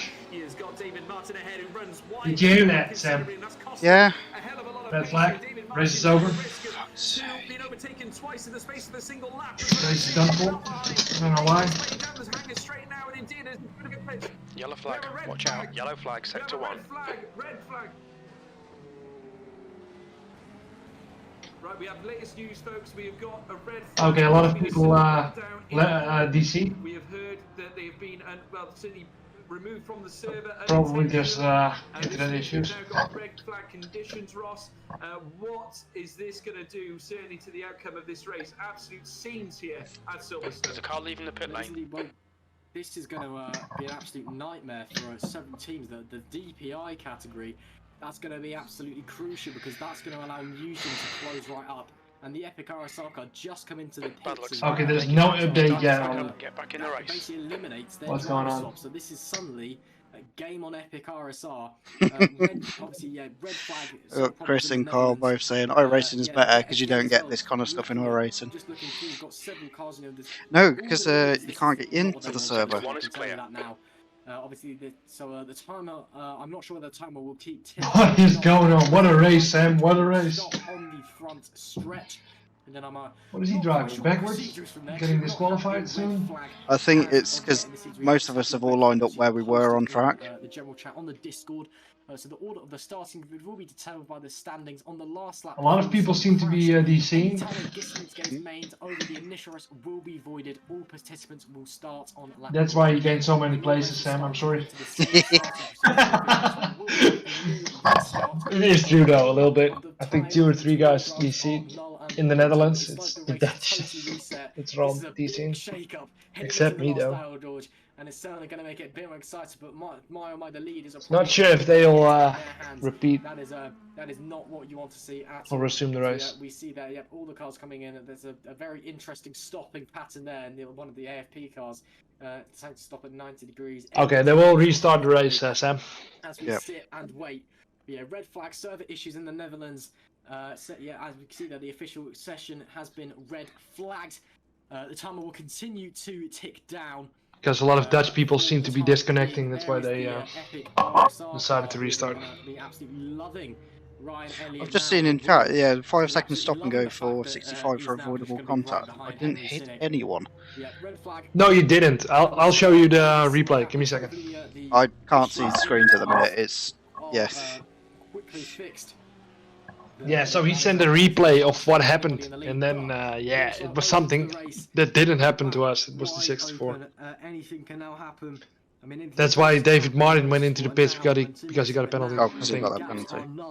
Yeah, because he definitely hit off a LMP2. Which cut him off, so I don't know. Obviously, I get to shout pedal to the metal once again, and I cannot wait. I feel like we should make a point here. Yeah, can the P2s stop trying to overtake around the outside? There's a lot of confusion currently as to what's happening. It's a shame, though. It's a shame. LMP2 is just cutting off the GTEs. Okay, I'm getting food again, Sam. Give me a second. No and it has meant that several drivers who were based in Holland have witnessed a server crash. They have unfortunately not been able to continue. So we're having to have a red flag just so we can restart the session, get everyone back on the straight and narrow. There are cars now stopped on the main straight. We will then get the train of cars going again.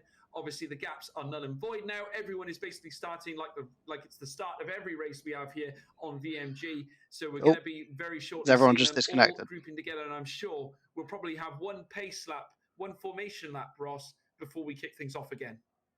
Yep, by the sounds of things, just seeing what's going on the server. Do we just leave the server? It's going to be restarted yeah, connection with 1 lost. hour remaining. We'll just have to see what happens. There's a lot of drivers who are not very happy with the red flag. It appears there's been a bit of confusion. Some drivers believe that the race should be ended here due to the race being over 50% total race distance completed. This is mainly the drivers in the lead who are calling for this, which doesn't surprise me at all. But yeah, it's obviously it's down to the stewards if there's any Can you let me know when the server? Oh wait, it's not here, is he? Shit. The organisers of the league are the ones who make the final call. We will let you know what is happening. The people. Sorry, what did you say, Sam? The race is over, but so I'm just seeing if they said if it was up. Will be restarted. Some people are reckoning over 50% race distance, which we're at, will cancel it. So we don't know. It's been a bit of an interesting race so far. Let's Jacob Reed, which is part of the what's admin. happened. So we've had admins, yeah, is saying it will be restarted several accidents with 1 hour remaining. Changes, pit stops galore. Now we've had a red flag. We basically all we need is. But some people are. I don't know why people are mad about not racing anymore or racing. These are the people that are winning. Best chance of them to fuck up. Yeah. I guess if we're starting from an hour, just fill it up, stick it on softs, and let's go. We probably accommodated curse in a sense because we did say during the race that funny we haven't had any code 80s yet. All of a sudden we get obviously like you but said, they're involved in the ignoring their own rules. That's what I don't get. Applied to in the GTE class. Well, I think weren't we within top 10 this time round? You know, cars jumping all over. P8 actually, I think. P8. Disconnected from the server. Now we have a red flag.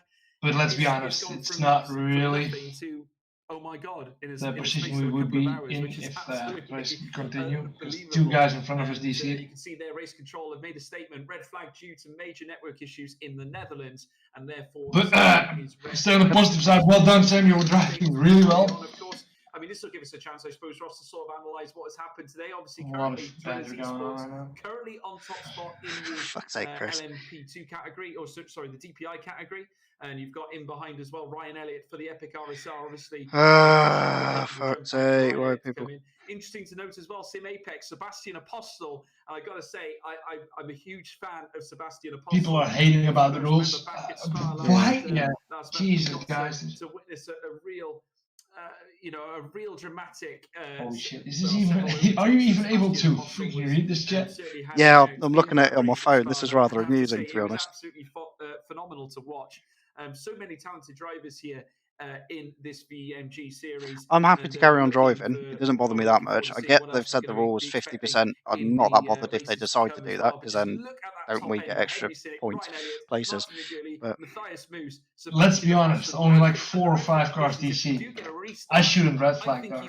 I mean, why are you red flagging only 4 cars? I mean, if everyone DC is okay, but only 4 cars because it's some Dutch people that are disconnecting. Very quick drive, as you said.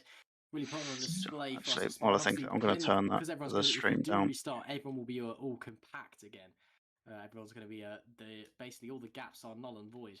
So we're just gonna, it's really going to be interesting. That's one thing. Yeah, it's going to bring everyone closer. Henry Cynic versus Ryan Elliott and Martin McGurley as well in the. Yeah, because you have to restart the race again, so you'll lose a lot of time. At the moment, they're definitely ones to keep an eye on. Cynic is a very quick. Okay, they're ending the race, I think. He'll want some penance after. Rules are rules, but the rules are shit. Ain't gonna lie. That's what he's saying. That's the admin. I think I'm overjoyed by the fact that what are you doing? His driver swap essentially has lost him no time whatsoever. So I think he'll be over the moon with that. Just looking. This is such true. The grid as well. You know, there's a lot of quick drivers out here today, as always in VMG. Okay, what a shame. Yeah, this is as you said, Apostle's one to really look out for. But given the gaps all null and void, it really could be interesting, but we have to wait and see if the race will be restarted. At the moment, commentators are unsure. There's huge debate. Oh, they're still going. Respect for them. The stewards seem to be saying one thing, and other stewards said the other thing. And the people red flag due to major network issues in the Netherlands. What's their fault? Wait, aren't you in the Netherlands?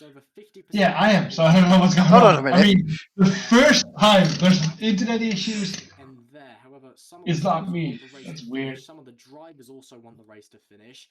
However, now one of the stewards has come forward and said that that they are now thinking about ending the race here. I think we should be following the book, but I might be biased since it suits us better. Yeah, we'll just have to see what happens. Yeah, We'll but wait still. for the final verdict on what happens. Tell you what though, if the race ends here, Henry Cynic has just Why not make a vote? He's done about 5 laps in the car and just won the race off a pit stop. So well Yeah, done to the why not Drillers say it? squad. It's Their actually, strategy's paid off. Everyone wants to race, but But, you've got yeah, to understand we'll that just so have to many wait and advantages will see be lost. what happens. What And? we're waiting, why don't we just Sprint race to the finish. We're at Road America, aren't we, George? Yes, I have to say we're going to be heading over to we're going stateside, and I cannot wait for this one. Of course, let's be honest. we can announcement. confirm. I've just had a note in my ear, folks, ladies and gentlemen at home. There, we got a decision being made in 10 Everyone minutes. that wants to race is probably dead lost, and everyone that doesn't want to. But yes, we're going stateside next month. We'll look forward to that as well. Obviously, What's the? Yeah, let's just go for. I'll go for a. Oh, it's closed though. It's closed. I've got straight for continue. I think we're going for continue. No. Oh, please. Oh, it's getting close. This is intriguing now. I can't take. I think that's it. From this situation. I think that's it. We're continuing. Yeah, that's definitely. Chris, if you're still there, can you vote up continue? Just everyone who's not even in the server, please join us. Yeah, everyone who's watching the stream in this Discord server, just upvote it, please. Yeah, I mean, obviously, What do we know? I'll log in on my other account as well. Well, the minute is 44:34 for continuing. James Jubier was fighting his way back through, and then they were kind of locked in this battle with the epic. There's a lot of people pissy because it's apparently it's the fucking rule. Hold on a minute, Kyle. It was the stints for most of the DPRs. In fact, if you go to... It's a rule, it's a fucking rule. Look at them going. What the fuck? 15-minute buffer, and that's just by absolute sheer luck. Has come good for that Drillers squad. So if the race does not they should call points and then have a sprint race. Yeah, 30 minutes, just balls to the wall. I'd still be last, but oh, it's 44-4, so close. Nah, what? It's actually 50-50 now. What's going on? People are just rigging this shit. It's 46-46 just for the hell of it. I need to find a chat where Kyle spoke so I can invite him. Invite VMG. If the race does end here, so if the race does end here, then Henry Cynic will win the race in the DPI category in the Drillers Esports number 7. Ryan Elliott taking P2 in the Epic RSR. What's going on in this chat? It's just 3 people joined just trying to get. Oh no! I'll just remove mine. Oh, don't do that. Toss a coin, please. Toss a coin. Harsh penalty on them, and they've managed to make a great comeback into P2. And then Peter Vagapov in P3 as well, the number 37, and down in GTE. The man, the myth, the legend himself, Rainer van der Laan in the GER number 90 car, followed by David Tepper in the Phoenix Motorsport number 26, Laszlo Zanto in the Hello, fellow enthusiasts. You want to drive that? If the race does not continue, I don't mind. I mean, what else am I going to do with my life? Get older, I guess. This is interesting at the moment. Yeah, 10 after, I think the decision will be made. That's 7 more minutes.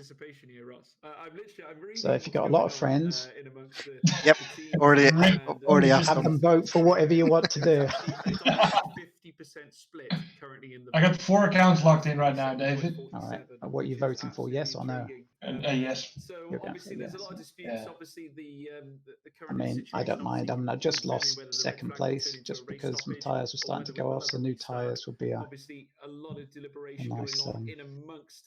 I'm not sure. These are the worst prototypes I've ever seen in a race before. I've never seen such a bad driving with prototypes. Well, that's because if you notice, they are slower through the corners than we are. Yeah. And the only thing it's like they're all Americans. They only know how to go in a straight line. Turn left. And turn left. Yeah.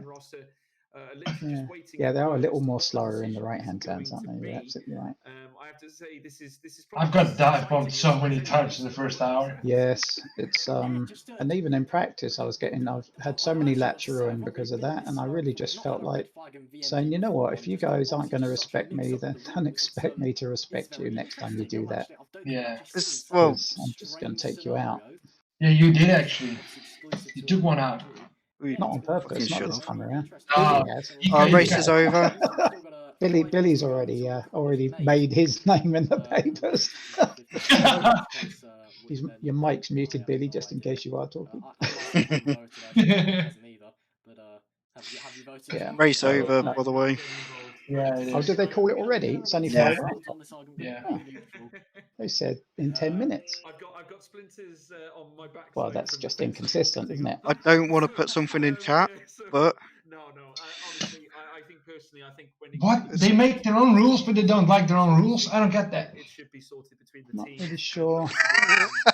Why is he not like his own rule? When he's making them up himself. look at one of the posts by Sebastian. You guys realise the server filled literally right now with people that just got invited to vote. I have no idea what you're on about. Decision be made at 4 GMT. Yeah. Well, a decision in 10 minutes, that's what's really upsetting me right now, is it's only 6 minutes after. We've got 4 more minutes, but anyway. They're sticking with the rules. No. I don't know what the rule is, but whatever. 50%, and they said they'll call it. Right, 50% and the race is over. That's a bit shit. It is, isn't it? Time to go practice for CFS instead. Oh, well, good luck with that. Oh. Well, I mean, okay with the practice, good luck with the race at CFS. It's not going to go well for CFS. The prototypes are probably on par with what they were today. Yeah. So, yeah. And we're also a lot slower in that. So, yeah. That sucks. Yeah. At least we finished the race. We did. The server didn't. What was it? Because four Dutch people got disconnected or something. Did I understand that right? Yep, you're correct. Wasn't me though. But it's not right. Just because 4 people get disconnected, you can't stop the race. Well, it's a Dutch server anyways, so that's why it's biased. Oh. It's a Dutch server, so why did all the Dutches leave? Surely they should be the best. Or the best, the closest. Yeah, they should be right on top of the server room, shouldn't they? Wow. One of them's running it in their bedroom, and it's just like, oh, we're not winning this.